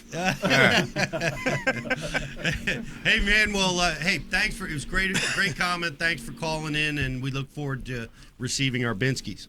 All right, guys. Take care. Yeah. See you, Steve. No, that was great. It's interesting to hear all the different perspectives and pros and cons, and it looks like Riz has got another one on the line. Yeah, we got one of our viewers checking in. And by the way, guys, everybody who's checking in on the message board with us, man, we appreciate you guys. The interaction has been great tonight. But we got a question for Dave from Bill Dance's Leopard community. Bill Dance's leper community wants to know if you are Leper or leopard? Leper. Yeah. Leper. Bill Dance's leper community wants to know if Dave is packing away sunflower seeds in his cheeks for the winter. That's a good fat joke, man. That's pretty stout. Nice job. I would love to see a picture of you. Send one, because I'll come right back at you. Send you it get in. to We see will me share in all it. my glory. I don't get to see you, Dude, but that's a good one. He's in the leper community. I'm sure he's not looking good. Packing what? Sunflower? Solid. I'm sure there's some blemishes that are visible. But I'm sure there's no bad Pete jokes coming through. You ain't got no balls to put actually, through, there's do a you? question for there's a question for Pete though. If you could choose right now, Pete, to go to any one of the 3 tours, being MLF, Bass Elite, or FLW, which Or would you Thursday choose? night South Jersey Elite. Or Thursday Night Elite Series, which is the real Blue Trophy. Which would you choose and why? Oh, okay. Ready? Hold the drum roll. Man, here's I got to think about this, because here's the thing. I think I would excel at the MLF format. I think I am a Senko master. And I think numbers. And I'm shaky head. I think that I get on the, and it's always something that happens to me in tournament preparation that, man, I find these massive schools of 1 to 2.5 pounders. Yeah. And I find those mega schools a lot, and then I'm always fighting to get into the bigger fish to win the tournament and leaving them. There was a tree up on Lake Champlain that every cast I threw in there, a fish would swim off with it. I could not get my lure back to the boat, and I never made a cast on that tree during the tournament because they were all 2 pounders, But boy, at MLF format, boom, boom, boom, boom, boom. So I'd have to look at my results and stuff, but I don't know. I can't. I can't answer that question. Can Well, you just did. You MLF. You just said. I think I would excel at MLF, but I'll be honest. My dream since I started this sport was to win the Classic. Everyone's dream. That was everyone's dream, and I'm still fishing the Bass Opens so that I can get a shot to get in there and win the Classic. Yeah. So. Although I think I would excel at the MLF, I think I'd still try to win the Classic, try to make my way there. Because, I don't know about for you, Pete, but I know for me, fishing tournaments, carrying that bag up to the scales and, your right side being slumped down from carrying a big, heavy bag, that's what it's all about, man. Yeah. Putting those 5 fish up, pulling each one out of the bag, putting it on the scale. Yeah. And what we're not even talking about is the FLW and the competition over at the FLW. A lot of those guys have been taking to other tournament trails. So and the folks at FLW are amazing. They had They had a great trail. event. From the footage I could find, I thought it was pretty outstanding. I had a terrible time finding their live, and I quickly gave up. But I did find them live on Facebook the one day, and it looked like their event was awesome. Their website sucks. I can't say it enough, but I'll let that go. I know, but why? Why is their website? I can't. It ever didn't find used to be. anything. Sweet people. Look at Bill Taylor right there, and Joe Opager. Yo, Bill. But it wasn't always bad. Nobody has a bad thing to say about FLW, but Except their website. It's the Their only bad thing you have to say But about their first generation of websites 12, 14 years, it was an amazing website. It was so the same easily website. No, it's not. It's completely different, dude. It's completely different. It is. I remember. Yeah. So anyhow, and shout out to Buddy Gross who won the FLW. Buddy Gross. Oh yeah, by the way, Pat Renwick from Straight Cast is going to have Buddy on Wednesday night, and also Patrick Walters, who's an Elite Series rookie. Excellent. Yeah, so I'm looking forward to it. There's a lot of Elite Series rookies, and Pat's going to get one on.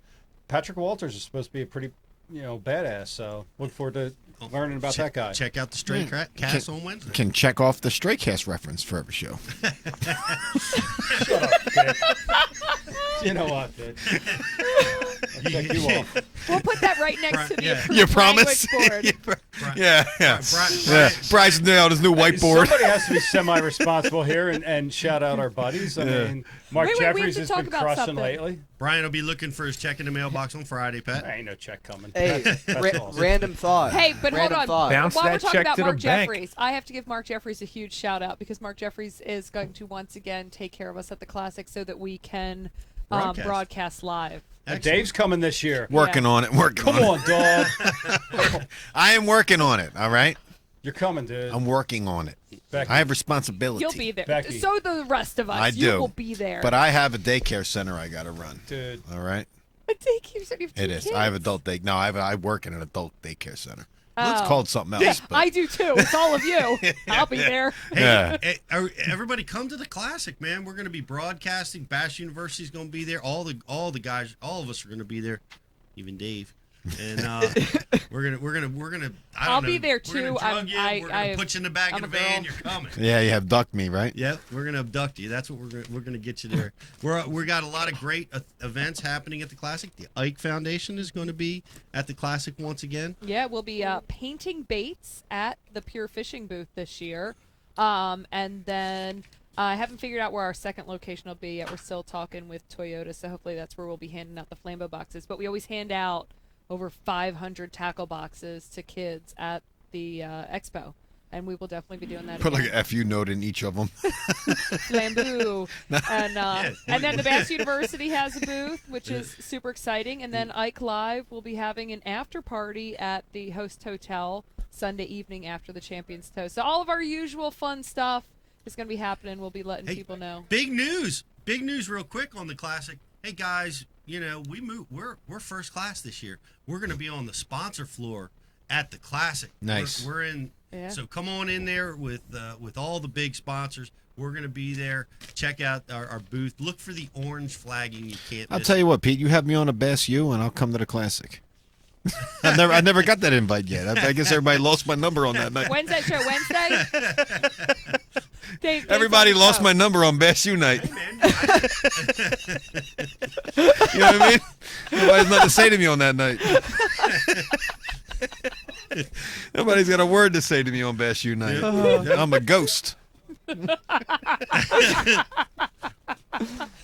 scared of what you'll say. Dave's ghost. Dave's ghost. That's the appropriate I hear show. a caller. Hey, caller. It's like What's your caller, name? yes. Where are you calling from? Caller, what's your name? Where are you calling from? Hey, Carl from Ohio. How you doing? We're doing good, Carl, man. We were just out in Ohio. You were? Yeah, that's right. You were in Columbus You were down in Columbus at BASU. I didn't make it there. I heard they had a great fishing show going there too. Yeah, we had a great fishing show, and I took in the Ohio State, Penn State wrestling match, which was awesome. Yeah. Well, I guess it wasn't much of a match from what you said, but hey, listen, I really appreciate the honest discussion you're having tonight. I really expected to tune in and hear a kind of an FLW commercial with Ike's involvement, but you've really been open and honest about the whole thing, and I think that says a lot for your show. But thank you, Carl. You were just talking. You were just talking about the FLW, and quite honestly, I just don't think the FLW has the same credibility because there's really no. It's a pay-to-play type of a league, and I don't think they. Like the Johnson brothers said, they didn't get the attention until they got into bass. They didn't get the same, credibility with FLW. But so having said that, I think right now it's more of a bass MLF competition, in my opinion. I mean, Scott Martin's always out there. Well, he is. He's one of the biggest stars in the sport. He is, and he's got his reasons for it. But I just think as a whole, But the other day on Bass Zone, they had Bass Talk Live. They had Bernie Schultz, and he gave some numbers that I thought were pretty incredible. They were talking about this catch and release and being friendly to the fish and stuff. And he said he thought it was more of a marketing ploy. Because he said the stats are, if you take the United States and you divide it in half, and you go south, 60% of the bass in a lake each year die. If you go half of the country north, he said it's 30 to 35% of the bass in a lake die. And he said tournament fishing kills about 3% of the fish that are released. So, I mean, the numbers speak for themselves. Wow, it's an amazing statistic. Yeah, I mean, I was blown away by that. But, so like you said, he thought it was more of a marketing ploy than it was a reality of the harm to fish in a tournament. So the Yankee bass are stronger by studies. I have to say so. Yeah, I mean, let me face it. The cooler water probably helps. I mean, the numbers are what the numbers are. Yeah. They probably use bad words too, those stinking they probably Yankee fish that live. they probably do. And the fact of the matter is they do have a delay in MLF, because if you think about it, what did they do? Every time there was a fish catch, they went to the fish catch. Right. Yeah. And they had to have a delay and know what was going on, because they would say here's Ike, and they would go to Ike, just coincidentally he would catch a fish. That is some Zapruder film type shit dropped on the show live right there, dude. Yeah, they would go to somebody, and instead of saying, like Bassmasters will say, earlier today, they would just go to it and kind of pretend it was live. Listen, I'm not going to judge them too hard. It's their first event. Yeah. But finding those guys is bullshit in my mind. So they had Boyd Duckett on Bass Talk Live. We talked about the Ike situation, and he said he said something, not his exact words, but he said something like, we're not going to find him because it's not a rule, and they asked him about going across the state. So I mean, they talked about that with him on Bass Talk Live. Bro, I agree with you. I don't know, Becky. You signed the checks. I watched it about 20 times this morning. Becky, you signed the checks. Did he get fined? No, it was interesting because yesterday he was on BTL, and Boyd did say that there is no rule against it, and it's something that we're learning as we go, and we'll have to figure this out. We're finding out. Yeah, he said it's the raw emotion of the anglers. Bass fishing wants to be more acceptable or grow the sport, and that, but at the same time, they want to hide all the juicy stuff, and to me that's just kind of counterproductive. I had some friends watch MLF that are non-bass fishermen. Now they're sportsmen, and I got to tell you, unless you have an appreciation for the sport, it's hard to grab that. It's hard to grab that audience that's not into the bass fishing. It's just a hard thing to do. To get involved in it, it's kind of like buying a set of golf clubs. You got to spend thousands of dollars. It's easier to make people watch cornhole than watch fishing. I'll tell you what. It is. Yeah, I'll tell you what. Just the one experience I have with this would make me disagree with you, because, and this is why I always was interested in MLF. This was a couple years ago. I was watching it in one of my classes at JMU, because obviously I don't pay attention in class, and everyone around me was watching with me. People that had not only no interest in fishing, I don't even know if they were sports fans or not, but these people were enthralled with that format. And that's my one experience with it. I don't know how that translates to the masses, but it was very cool for me as someone that's fished my whole life and been so into it. See people around me that, like in any other scenario, would not care at all about fishing, watch that and be interested in it. That was cool to me. I think that too, because I was watching. I had it on my family room TV. And my mom was over, and my wife and son were there. We're all kind of hanging around, and they're watching it with me because Mike was on. Normally, unless they know somebody, they're not going to watch. But as it got down to the wire, and the pressure cooker started building, my mom was trying to get to the kitchen to get a cup of coffee or something, and Shelly was trying to do something else, and they both stopped and stood and watched that MLF until the qualification happened. They watched, and they were glued. and unless I'm in the tournament or Mike's in, they're not watching. You know what I mean? They're doing whatever they were doing, but that program had them glued. Bri, is there any way to bring up Mike with that, what you sent me with Marty Stone, Harry, I'm jumping in and washing him out? Can you bring that up, dude? Here's the only thing Maybe, I'll here's try. the only thing that I worry about, because I do believe there have to be rules. I'm not against this. F-bombs of mass destruction. I've said that, but at the same time, I want us to be very careful in the rules that are made, because it's the personalities in this sport that draw people in.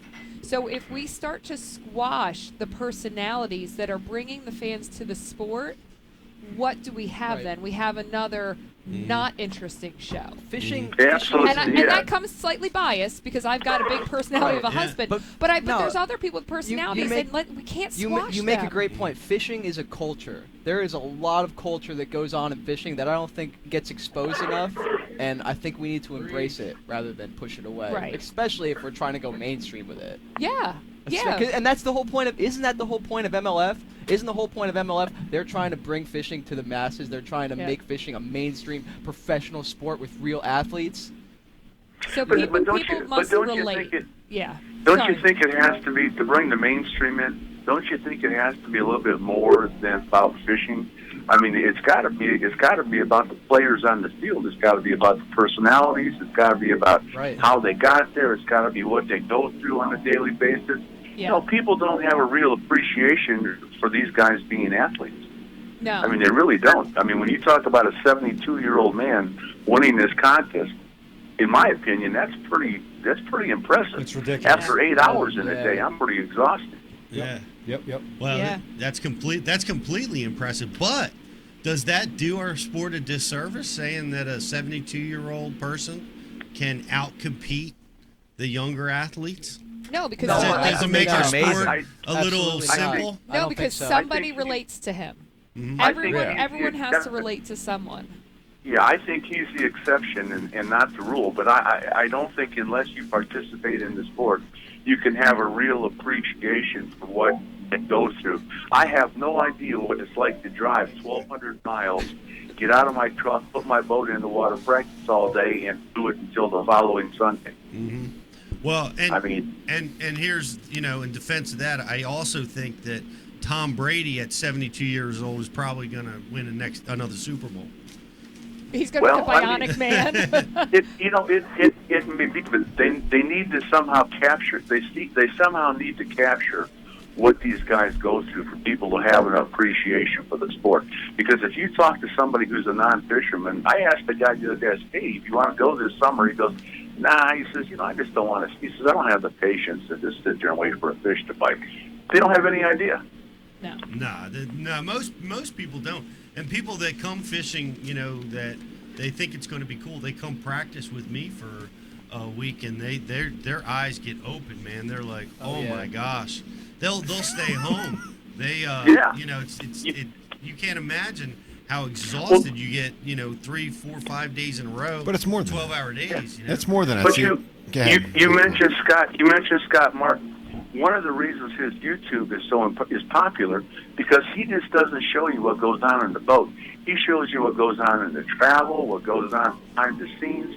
I mean, all of that has interest to somebody who's a non-fisherman. Yeah, clearly, and he's also got a legacy. He's got, his dad's. Every one of us grew up worshiping the dad. Well, but most of his viewers on YouTube don't even know. They don't know who he is. They don't care. It's a very young demographic. Yeah. So he makes a very good point. Exactly. That's a good point. Exactly. Speaking of which, hey, great comments, Carl. I appreciate it, man. I appreciate the call. Take care of those monster schools of fish out there in Ohio for us. Hey, thanks. Listen, we appreciate you guys. Keep up the good work. All right, buddy. Thanks for the call. Thanks, what do you got, Good BTC? night. Nothing. You were giving me like the goal line thing. But I liked Carl. He's probably one of my most favorite callers we've ever had. Yeah, he was really good. I was really just saying, insightful. did you want Carl to be a winner? Oh, yes. They were too late. We dumped them. We dumped them. Man, I definitely that was a great call. Call. If you're still watching, you can Carl, send your information. And you can respond with the code word "hot Carl." Slide in the DMs. Here's How many people in this room, by a show of hands, know what a hot Carl is? This guy. Yeah, just me and Brian's about it. We talked. All right. I got nothing. Got to get past the hot Carl comment. Scott Martin. Speaking of Scott Martin, who's buddied up with the Guggen Squad and Eric's Idols, and the Guggens were at this MLF event. Okay. And they had a booth display. They're heavy sponsors Yeah, good for of them. the MLF event, and the Guggens. Because they have Bates now. Guggens had a autograph picture line as far as the eye could see. Look, let me just say this. Oh, I'm not done. Okay. And the pros driving by, walking by that line, that the people in that line didn't care at all about. And it's impressive to see the impact that they had to be able to bring those people out on site. People that knew nothing about tournament At fishing. the end of the day, for me, whether we're talking Bass, MLF, the Guggens, YouTube fishing, the fact that you say that, the fact that there was that line there for them, to me it's cool because, like, when I was growing up, which is not long ago at all, fishing was Still growing up. Fishing was so uncool, man. Fishing was so uncool. Like I've been making videos online since I was 14.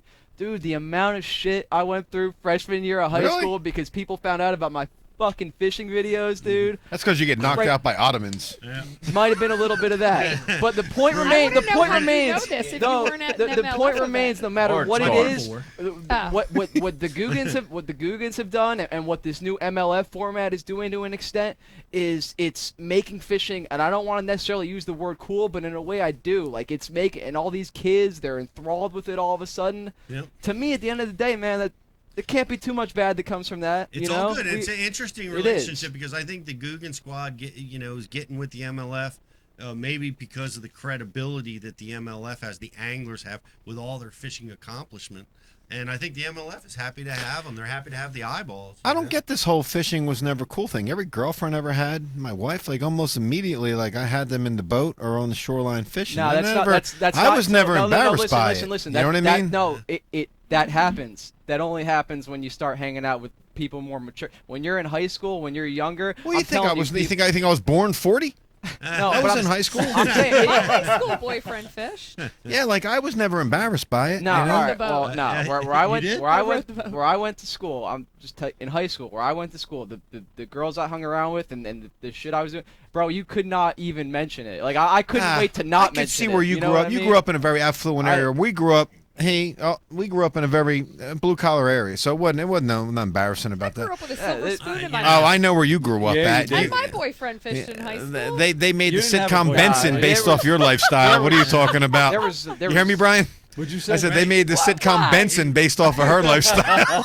No, but obviously, when you get older, what you're describing is it's like when you get older, no matter what you do, like when you get older, it's like cool to see someone that has a passion for something, no matter what that is, and even if it is fishing, that's what I've found. But like back then in high school, man, I'm telling you, with those closed-minded kids, at least when I was growing up, fishing was not it, bro, and that's changing. And I said this very early on. The problem is you didn't have. I'm gonna tell you, the problem is you didn't know how to crack on mamas back then because you didn't have black friends. If you knew how to crack on mamas, nobody would have made fun of you for fishing. So listen, you would have just torn them all apart. Talking to the wrong dude. Yeah, you know you're not. Eric, I agree. I had that same thing, and I grew up rural as could be in Franklinville, and they didn't think Dude, I'm fishing talking was to cool. I hit it. I'm talking to Nolan down in Virginia a couple weeks ago, and he's like, "Yeah, it's the same for me." He's like, grew up in Virginia. I think it's completely different down. It's all the same. If you're a handsome guy, girls don't care if you're fishing or not. I don't understand. Whatever. I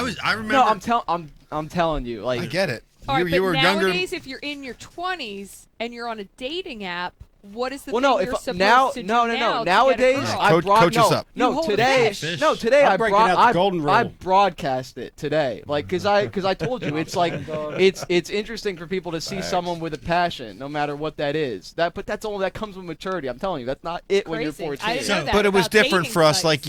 Like our identity wasn't based on any of that stuff. Like it wasn't based on that. To Eric's point, the Googans have exposed fishing to a whole generation of kids like nobody else has ever been able to do. You'd probably have the Googans on BU before me. There's kids, there's freshmen. Look, there's freshmen at that my high school. The place They fish more than you. Listen. Jokes aside, the place I went to high school, I have kids messaging me, 14, 15-year-old kids that when I was that age in high school making videos would have been in like elementary school, and they're all fishing. They're all like starting YouTube channels and doing this and that, and they're messaging me. I'm like, oh my god, if only you were around when I was going to school, we would have kicked it, man. What the, you know? Is there like a whole winter cap and quaff hanging out movement going on, emulating your style? No one could do it like swagger that. jacking? Yeah, but no one could do it like that, so it doesn't matter.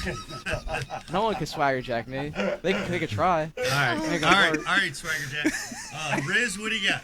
I got Alton Jones Sr. checking in on the message board, and he wants to know: is it impure for me to have lingered thoughts about JT in a tight-fitting hook shirt?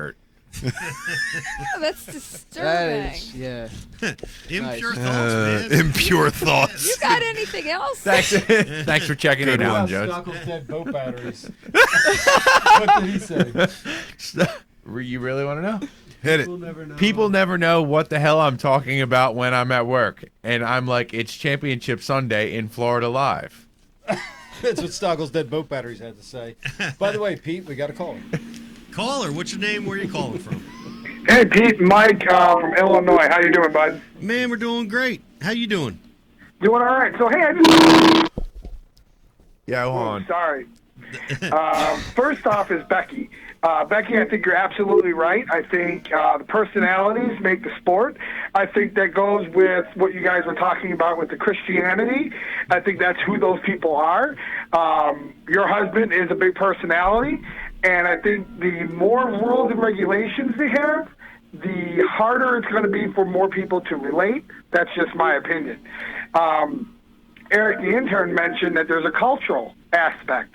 And with my job here in Illinois, that's what I keep trying to promote to these high school kids, is that there's more to it than just catching fish. If we want to talk culture, we need to talk conservation and just the habitats. It's great to release the fish, but in a lot of areas across the country, there's no habitat. That is the best way to address conservation. We're talking formats, we're talking different angles, I guess you could say. But I feel if the individuals want to fish MLF or if they want to fish a 5-bag limit, that's their personal choice. But I feel like if we get together on the conservation to increase habitat, to make fishing better, that should be the mission of all three organizations. Excellent point. Well done. Water conservation, pollution, stormwater runoff, fishing habitat. That's the thing that is really going to make the fish population move forward, grow, provide opportunity for our kids and their kids and their kids after that.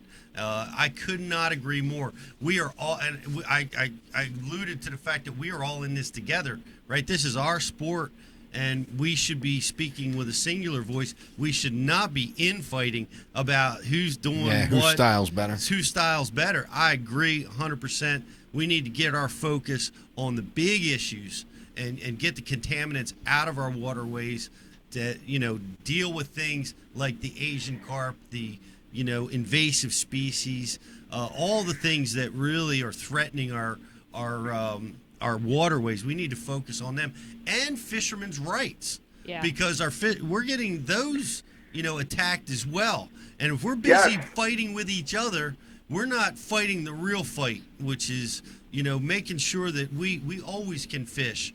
We're not blocked out of waterways, and we're taking care of those waterways. Mike, excellent point. Thanks for calling in, buddy. Thank you. That was inspiring, Pete. You're like the Alexandria Cortez of bass fishing over there. I don't get that reference. Yeah, the newest, youngest congresswoman that they keep putting the socialists. Stop. I don't do and politics. Start following stuff. How about just watch the news? I don't do politics. Listen, I want to change Eric, the you're doing subject. good. I want to change the subject a little bit because one thing we haven't touched on is the Ike Foundation. Yes. And I have on my sheet Becky announcement. So we had our scholarship dinner. Yeah. Good time. I guess was it 2 weeks? 2 weeks ago. Now? 2 weeks ago now, which it was a huge event, huge success. Another 300 people. It was absolutely amazing. We missed you, Pete. I missed being there. I know it was a great time. I feel like the energy and everything, like we've kind of really gotten into our flow by the third one, and I am happy to say that as usual we give out 5 scholarships, but this year it's going to be $3,500 each. Wow. Damn. Yes. That's impressive. Yeah, it was so Great successful. work. Shout out Yeah. Ike Nice Foundation. work, man. Amazing Yeah, work. It was amazing. Excellent. That's Excellent. fantastic. Mike. Yo, by the way, I got an announcement. So 2 shows ago, we had the guys from 5 Alive Bassmasters in. We had Tommy Ferriello, Tim Daffick, and Dave Burkett. They came in here. They went from 50 members to over 100 members after Wow. coming on this show. Wow. That's amazing. So I know we had a big part in that. That's great. I didn't see any of them at the Guys. Ike Live Foundation. Well, hold on. The Ike Foundation. The Ike Live Yeah, Foundation. come on. But 50 beers so- and you're going to criticize No, I'm not. Like Life Foundation. So Tommy Beer Ferriello. fund. We need that. Go ahead. So Tommy has said that this year he will donate $1 for every bass he weighs in to the Ike Foundation. Oh man. Wow. Yes. And I'm pretty sure Tim Daffick and Dave Burkett are going to also. That's awesome. Thanks, guys. Congratulations. Burkett ain't giving no money. Yes, he is. That's really awesome. Yeah, so Yeah. they're going to donate $1 for every bass they catch to the Ike Foundation this year. The Ike Foundation, the baskets, the what's that kind of auction called when you're auctioning? Is it still a Chinese auction? Can you say They that? call them raffle baskets. now. All right. Yeah. So the raffle baskets were amazing. There were so many, you know. We We dropped had over 60 of them. we dropped about $1.50 and didn't win a single damn thing, man. I didn't even win. I didn't even win the ones that had like no tickets in it, man. Dude, Like I won a weekend to Longwood Gardens. I know. I know, so I got to go there with the family during the spawn. I would go to Longwood. I would go see those azaleas. They're Oh, yeah. amazing. I would go see the azaleas while the bass are spawning. I'll gladly see the azaleas. Bring like a travel rod and fish those ponds at Longwood Gardens. Is man. that right? I would try. See, Pete's They'd be schooling. spawning there, man. Okay, Be spawning there too. Unless Yeah, they're Pete, coy. we'll send him a picture from the flats. Unless they're coy. Who was the keynote speaker this year? Rick Pierce from Bass Oh, Cat. no kidding. So Yeah. Rick has donated a It was a riveting. Bass Cat boat every year Yep. for our Pro-Am. Mhm. And so we asked Rick to come in. But this year, everyone at the dinner found out, but I guess we should announce this, but there's going to be a Yamaha motor on the back of that Bass Cat boat. Yeah, Yamaha. So Excellent. the winner of the Pro-Am this summer is going to win a boat and motor. That's awesome. Did I tell you I was down at the Stick Marsh and I got a call from Mike Centaur. He saw my Facebook post or something, and he had last year's Ike Foundation Yep. boat down at the Stick Marsh fishing. Yep. That's He's pretty always cool. down there. Me and Yeah. my wife were in Fort Pierce, Florida, out on a pier drinking, and there's his wife on the pier while he's fishing by herself. He left her, and she was just wandering. Centaur left his wife. He went fishing. He went fishing Stick Marsh with some other dude, and his wife was wandering the piers of Fort Pierce, and me and my wife ran into her. She's a sweetheart, but yeah, it's a funny She's a nice thing. girl. That dude must always be down there. We must have, I don't know. I think we were down there in April last Yeah, I year. think her family has a place, lives there. Maybe. He's got some family down there, so he's always Yeah. visiting. So, but I Yeah. thought that was. But he that was fishing. cool. That, Oh, we that got a bass caller. cat. That bass cat was down on the So much for our 2.5-2-hour show, right? I know. I was just looking at that. I Jesus was Christ. trying desperately to get out. But of here in 2 everybody hours. definitely sign up for the Pro-Am now because the prices slowly go up. Yeah. So right now, there's deep discounts to sign up. I saw some ladies, the ladies from Ohio that participated in. Did you?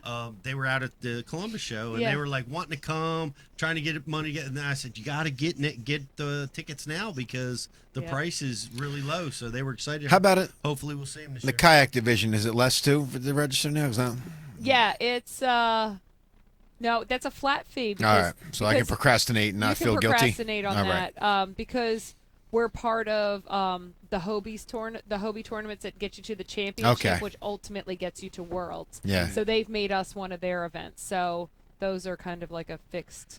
Wasn't it straight to Worlds from your event? Yeah, right? not anymore. It'll take you to the championship that's here in the U.S., and then the winner from the championship heads on to the Worlds. Big So you still have a 10-4. chance. You bringing it but- home this year, Dave? You bringing that I'm not title talking home? no more trash. Damn it! I was trying to get you to. Yeah, I got curb Oh, stomped. man.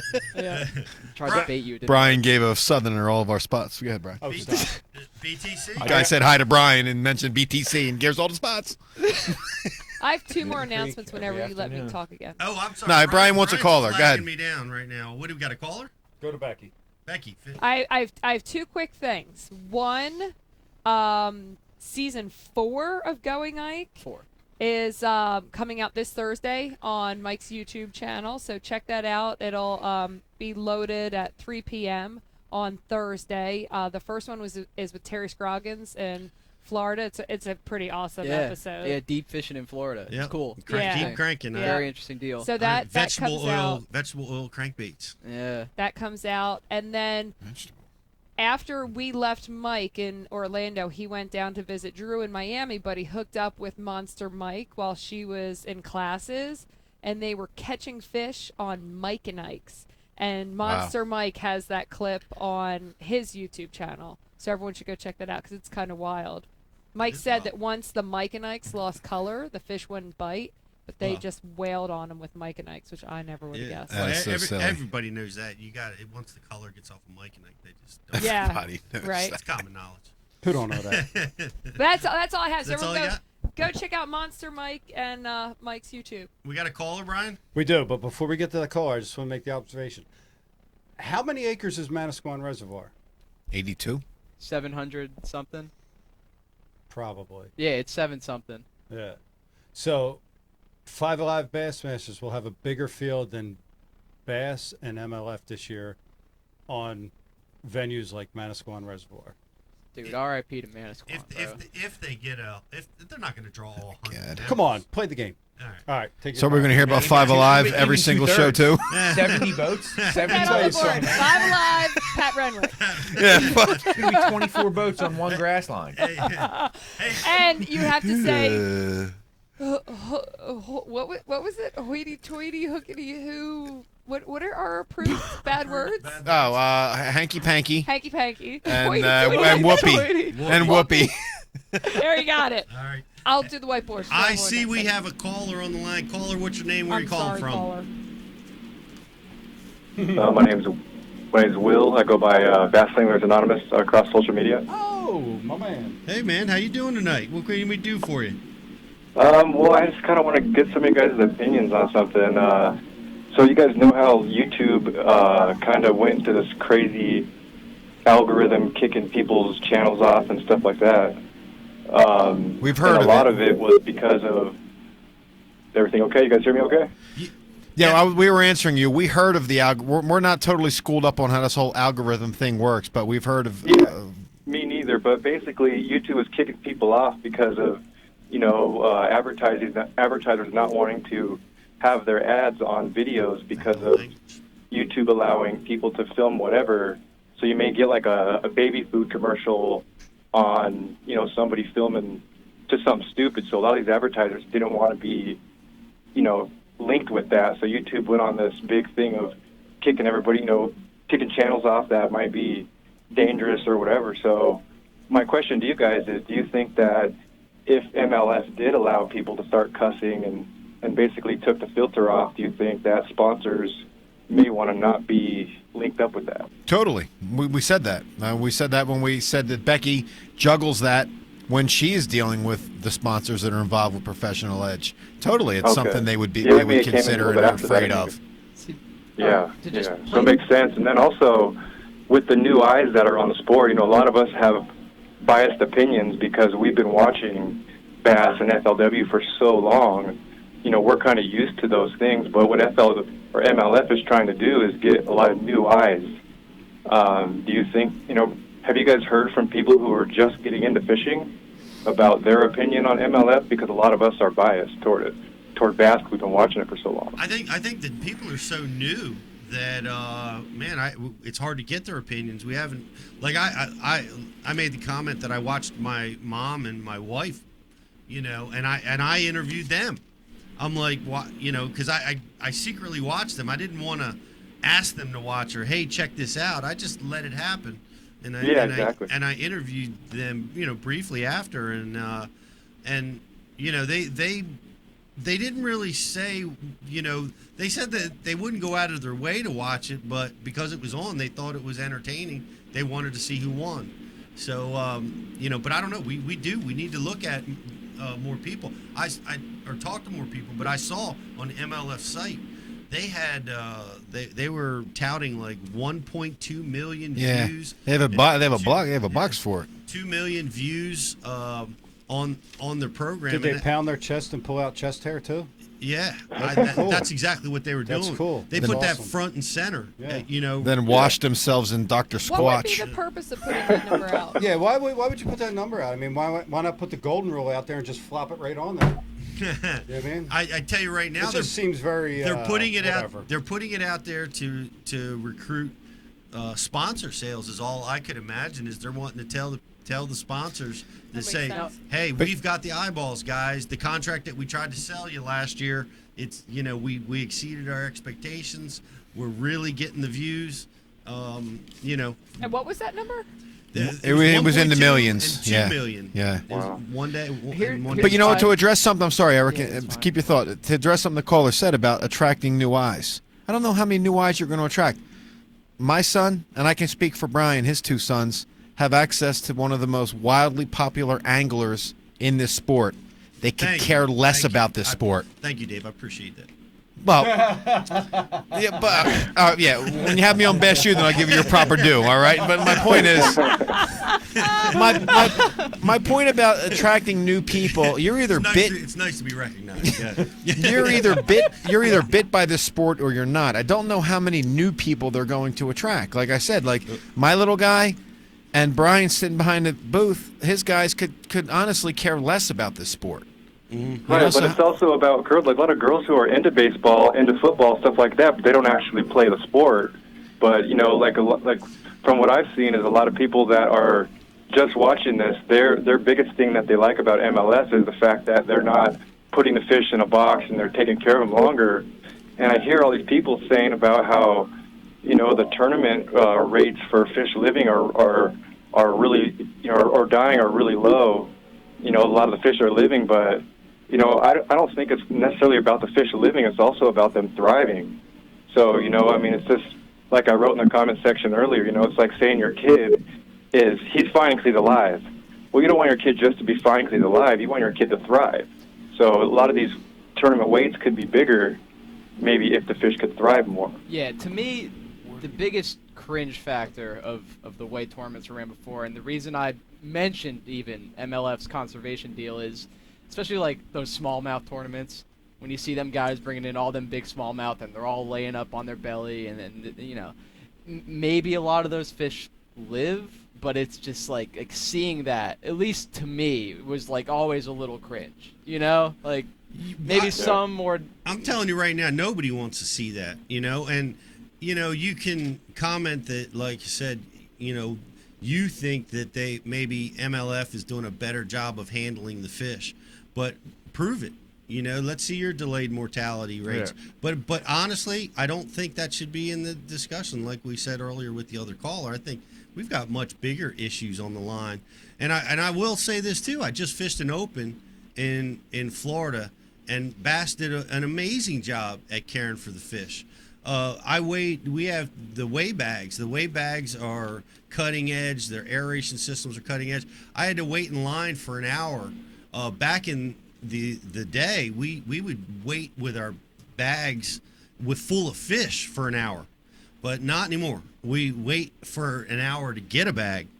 And that way the fish stay aerated. They stay, in an area where they're protected, where they have catch and release or a similar type care, where you can ice them, where you can keep them in an excellent condition, and then you only momentarily you take them up, go very quickly through the weigh line, weigh your fish, and boom, they're right back in the release boat, and they're distributed. So they do an amazing job at caring for the fish, and I think they're going to continue to develop that process. I don't like the idea of us criticizing each other on fish care. Nah, there's plenty. We can't eat our own. No. But I certainly appreciate your opinion, and I appreciate you calling in, man. Absolutely, man. The good thing about this all is we can watch all three of them, right? Yeah. If we want to. So. Absolutely. And I think that's the main point, and that's the point that I think is going to happen is people are going to watch all three. I mean, yeah, I watch UFC and Bellator. You know what I mean? I watch them both. My so. man. Exactly. My man. What's your name? You just won. Yeah, Jim Miller, brother. Yeah, Will Selby. Wait, who's your favorite fighter? I've been watching Jim Miller on your guys' show a long time ago. I've been watching Jim Miller for a long time, and he just got called out by... I heard Jim Miller. Yeah, you win, bro. I heard Jim Miller. Yeah. You definitely you double won. Jim Miller 155. What up? Yeah, appreciate it. You get 2 MTBs thrown in the same box. Oh, dang. Just kidding. I'll use them, you know I would. Awesome. Well, hang I on. appreciate you guys more than anything. Hey, The show's awesome. Hang on the line, bud. Thank you so much. Hang on the line, man. We'll get you hooked up. You know, he said something that's probably higher than lottery odds. He said women watching football and baseball. How many women that don't fish are following professional fishing? Well, don't you even what? No, but I have to tell you, there's some interesting things that I've learned in the last year, especially between like Fish My City and part That's of this different. MLF That's format. different. Like, I can't tell you how many people have said I couldn't get my wife or girlfriend to watch fishing with me until Fish My City or the MLF. That's her spending time with the husband who's always out on the water. Yeah. She's trying to be with him. Right, but just like to your point, Pete, like there is something about like I don't know if they care as much about fishing as much as they're like, who's gonna make it? Who's gonna make it? There is something about that show that draws them in a little bit, and if there's enough personalities, people will start to connect with personalities. Yeah, like a single woman sitting there with like her cookie, and she's like, The Bachelor or MLF. No, but The it's hell outta it's here. always gonna be like the kid or the wife or the someone in the family or a friend that's there is gonna be drawn in because someone else brought them. I don't think you're gonna watch it on your own, but I do think you're gonna grow other members of a family or a circle of friends. Fish My City's different than MLF. It is. But you should have. But that was our point about there should be personalities in MLF. Yeah. There should be personalities. Totally. Because that's what's going to make. So it made stay Bass for a long and get period connected. Of time. Oh my God! I don't watch football, or I don't play football, but I watch it. I don't play golf much, but I like to watch it. When our sport, I've always felt this. It's going to make it to the next level when we can draw people in that don't do it, but they're interested in watching it. When you can do that, then you're gonna you magnify your viewership by millions, and that's when you can get the dollars in that would really bring us into the stratosphere. Yeah, and that's what MLF's trying to do. And in a the question way, is, can they do? In a way, that's already what the YouTube market's done over the last few years. Yep. It's brought those new eyes in, kids that had never been taken fishing by someone. This is a rare thing that we're seeing because fishing has always been the thing where you have to get taken. But now this whole YouTube game has happened, and these kids are getting into fishing that would not have otherwise. Yep. And that's one thing that Mike changed it all, though. Mike changed it. ESPN, I can remember, like Mike, Mike allowed people to show themselves. Goddamn Skeet restarted Up Rockin' because Mike was breakdancing. You know what I mean? He wasn't doing that before that.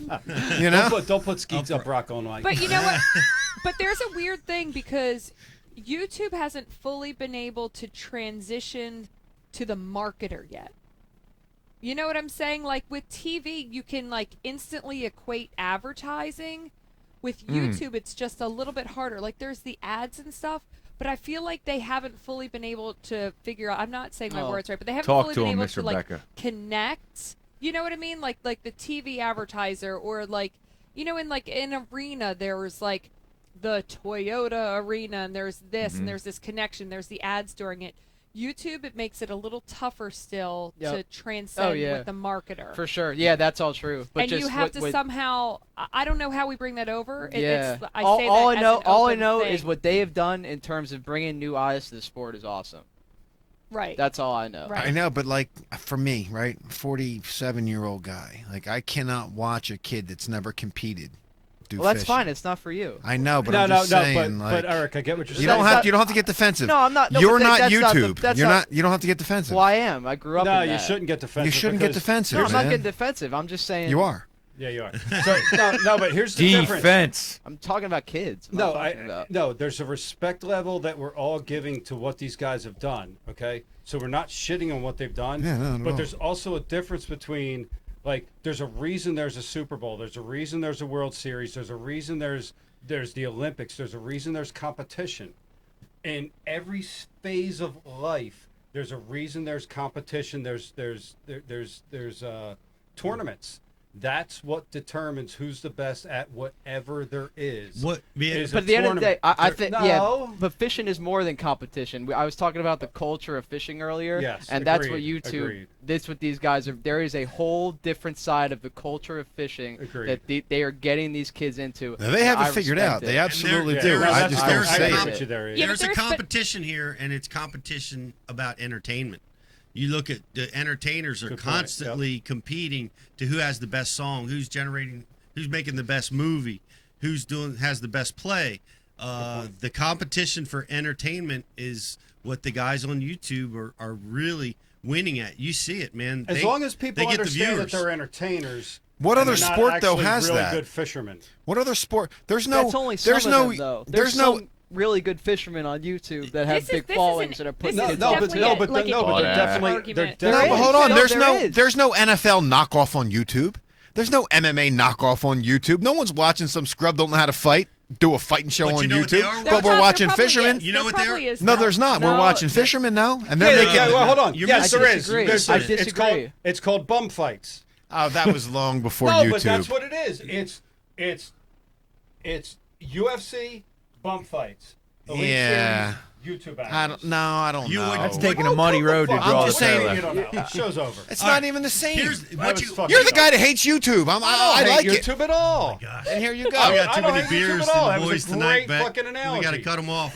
Okay. What We'll debate this after the show. Have we called a- covered all topics? Is retard going to be a band thing? He's called me a retard. Can you find him, please? Yes. We'll have It's a just talk. now I'm getting middle fingers because That I is everybody. a finable offense. That was a great analogy, you idiot. You're Really? Hey, Rich, hit his button. He's in Is- a 2-minute penalty box. Is idiot banned? All right, there are competitions. There are competitions in the commentators. They're competing. They've never played the sport, and you have all these crazy sports commentators out there competing for entertainment, competing for eyeballs. That's definitely going on. Rich, you've had your hand up for a long Rich, time. is anyone watching? Give me. Oh yeah. The viewership is still high. Give- They were a big fan of Brian's last rant there. Thank you. I got a yes Stockel, nailed it. BTC, few things. There was one question that stuck That's out that to guy me who for puts you, on Pete. with the smoke alarm. Pete, Pete, this year since the MLF BPT kind of came onto the scene, did you notice a difference in the way that Bass is taking care of their fish and their weigh-in process? Did anything change in that? No. I didn't notice anything in particular other than the fact that I waited in the bag line longer, which I thought was a change. I think they're reducing the number of bags they're giving out so that the fish spend less time in those bags and transitioning. They want them right to the scale. Right. And I applaud them for that. I think that was a great move because, except for, I on day one I had to wait. On day two, I made my co-angler wait for the bag. Gotcha. So I appreciate that. Thank you. And Eric's Ottoman checked in and just wants to see how your hand's doing. Dude, we're hanging in there. It's getting better every day. That's so I still funny. feel it though. I think I'm gonna feel it for a while. If Unfortunately. your Ottoman had a YouTube channel, would you want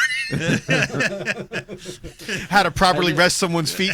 Yeah. You know what I mean? Have we May- taken maybe Eric I'd, Ottoman has that maybe I'd hard be blouse. informed where I wasn't informed before. You right. know, you dig what I'm saying? Hey, I want to. Oh, Lord, it's 10:30. Eric's going to take boxing lessons from his Ottoman. Is there anything left on the agenda for your end? No, Nah. you're good. Nah, I No calls. I want to give a. Yeah, but I ain't answering it. Marty Stone's not calling in. Nah, he chickened out. Okay, I got to talk about the Bass University promotion, which ends Wednesday at midnight. This is 10 days free. If you haven't tried it, you have until Wednesday at midnight to come over and check it out, man. It's gonna help you be a better angler, whether you fish MLF or BASS or FLW, Or out of a kayak or from the bank. or out of a kayak or from the bank, even better. Or you don't fish at all and you live through YouTube. You will have moments where, looking back on watching the Bass University, you'll notice throughout a day where it will help you. it helps me listening in on this weekend seminars. But you'll know how to rig those. You sound like a Scientology student over there. What's that? I said you sound like a Scientology student over there talking about Bass U. Oh, dude, I love it. See, that's is Pete the L. Ron Hubbard of fishing? All of that, everything. No, who's the new guy? David something or other. I don't who even beats know. People. Oh, Y'all don't watch that Leah Ramini show? Yeah, what's it called? I Released or I woke? love that thing. Yeah. Oh gosh, Wrap it's it like up. heroin to me. I love it. Oh man, she is mad. She is so mad. Well, anyway, guys, hey, thanks for all the callers. We're gonna send you all your prizes. Thanks for everybody for watching. We had a lot of We fun. don't know what you're getting, Appreciate but you. we'll send you something. At some point. Appreciate Janet's you gonna be so participating. mad. Yeah. We will be back You soon. get We'll one let prize. you know with the new Ike Live show. Thank you, Oh, yeah, everybody, yeah. We're for we're being live here. on the 20th, Wednesday the 20th. We got a hot new show. Eric, tell us about it, E. You want we to tease got it a little bit? We got up and coming hip hop sensation and fish head. Hell yeah. Ant Beal in studio on the 20th. Dude, it's gonna be a good blast. one. I'm gonna have Oh, a yeah. lot of fun with this show. Yeah, it's gonna be awesome, dude. Can I give one last reminder? Because I know it's mainly men watching this show. Valentine's Day's in a couple days, so like go buy a flower or a Is box it? of chocolates. Or Buy her some something Squatch for soap. your mother, or for your girlfriend. Get your wife. her mystery tackle box. She'll love it. Hey, you know what? That crisp IPA one, Yeah. I can wash with that one because a lot of them are very manly smelling, but that one's not overly manly. Guys, if you're going to get one, get the eucalyptus soap. That's amazing. The eucalyptus one's really good. Man. Excellent. Pine tar was pretty solid too. Hey. I enjoyed that quite a bit. Thank you, Pete, guys. Pete, was your favorite balloon knot? It's my favorite. What? Your favorite Mr. Squatch soap or balloon knot? What? We almost got out of here. Brown eye. Hey, Thanks, everybody. Pete. Thanks for watching. I'm Pete Gluzak, bitches. Good night. Oh, shit, to Bruce Lee.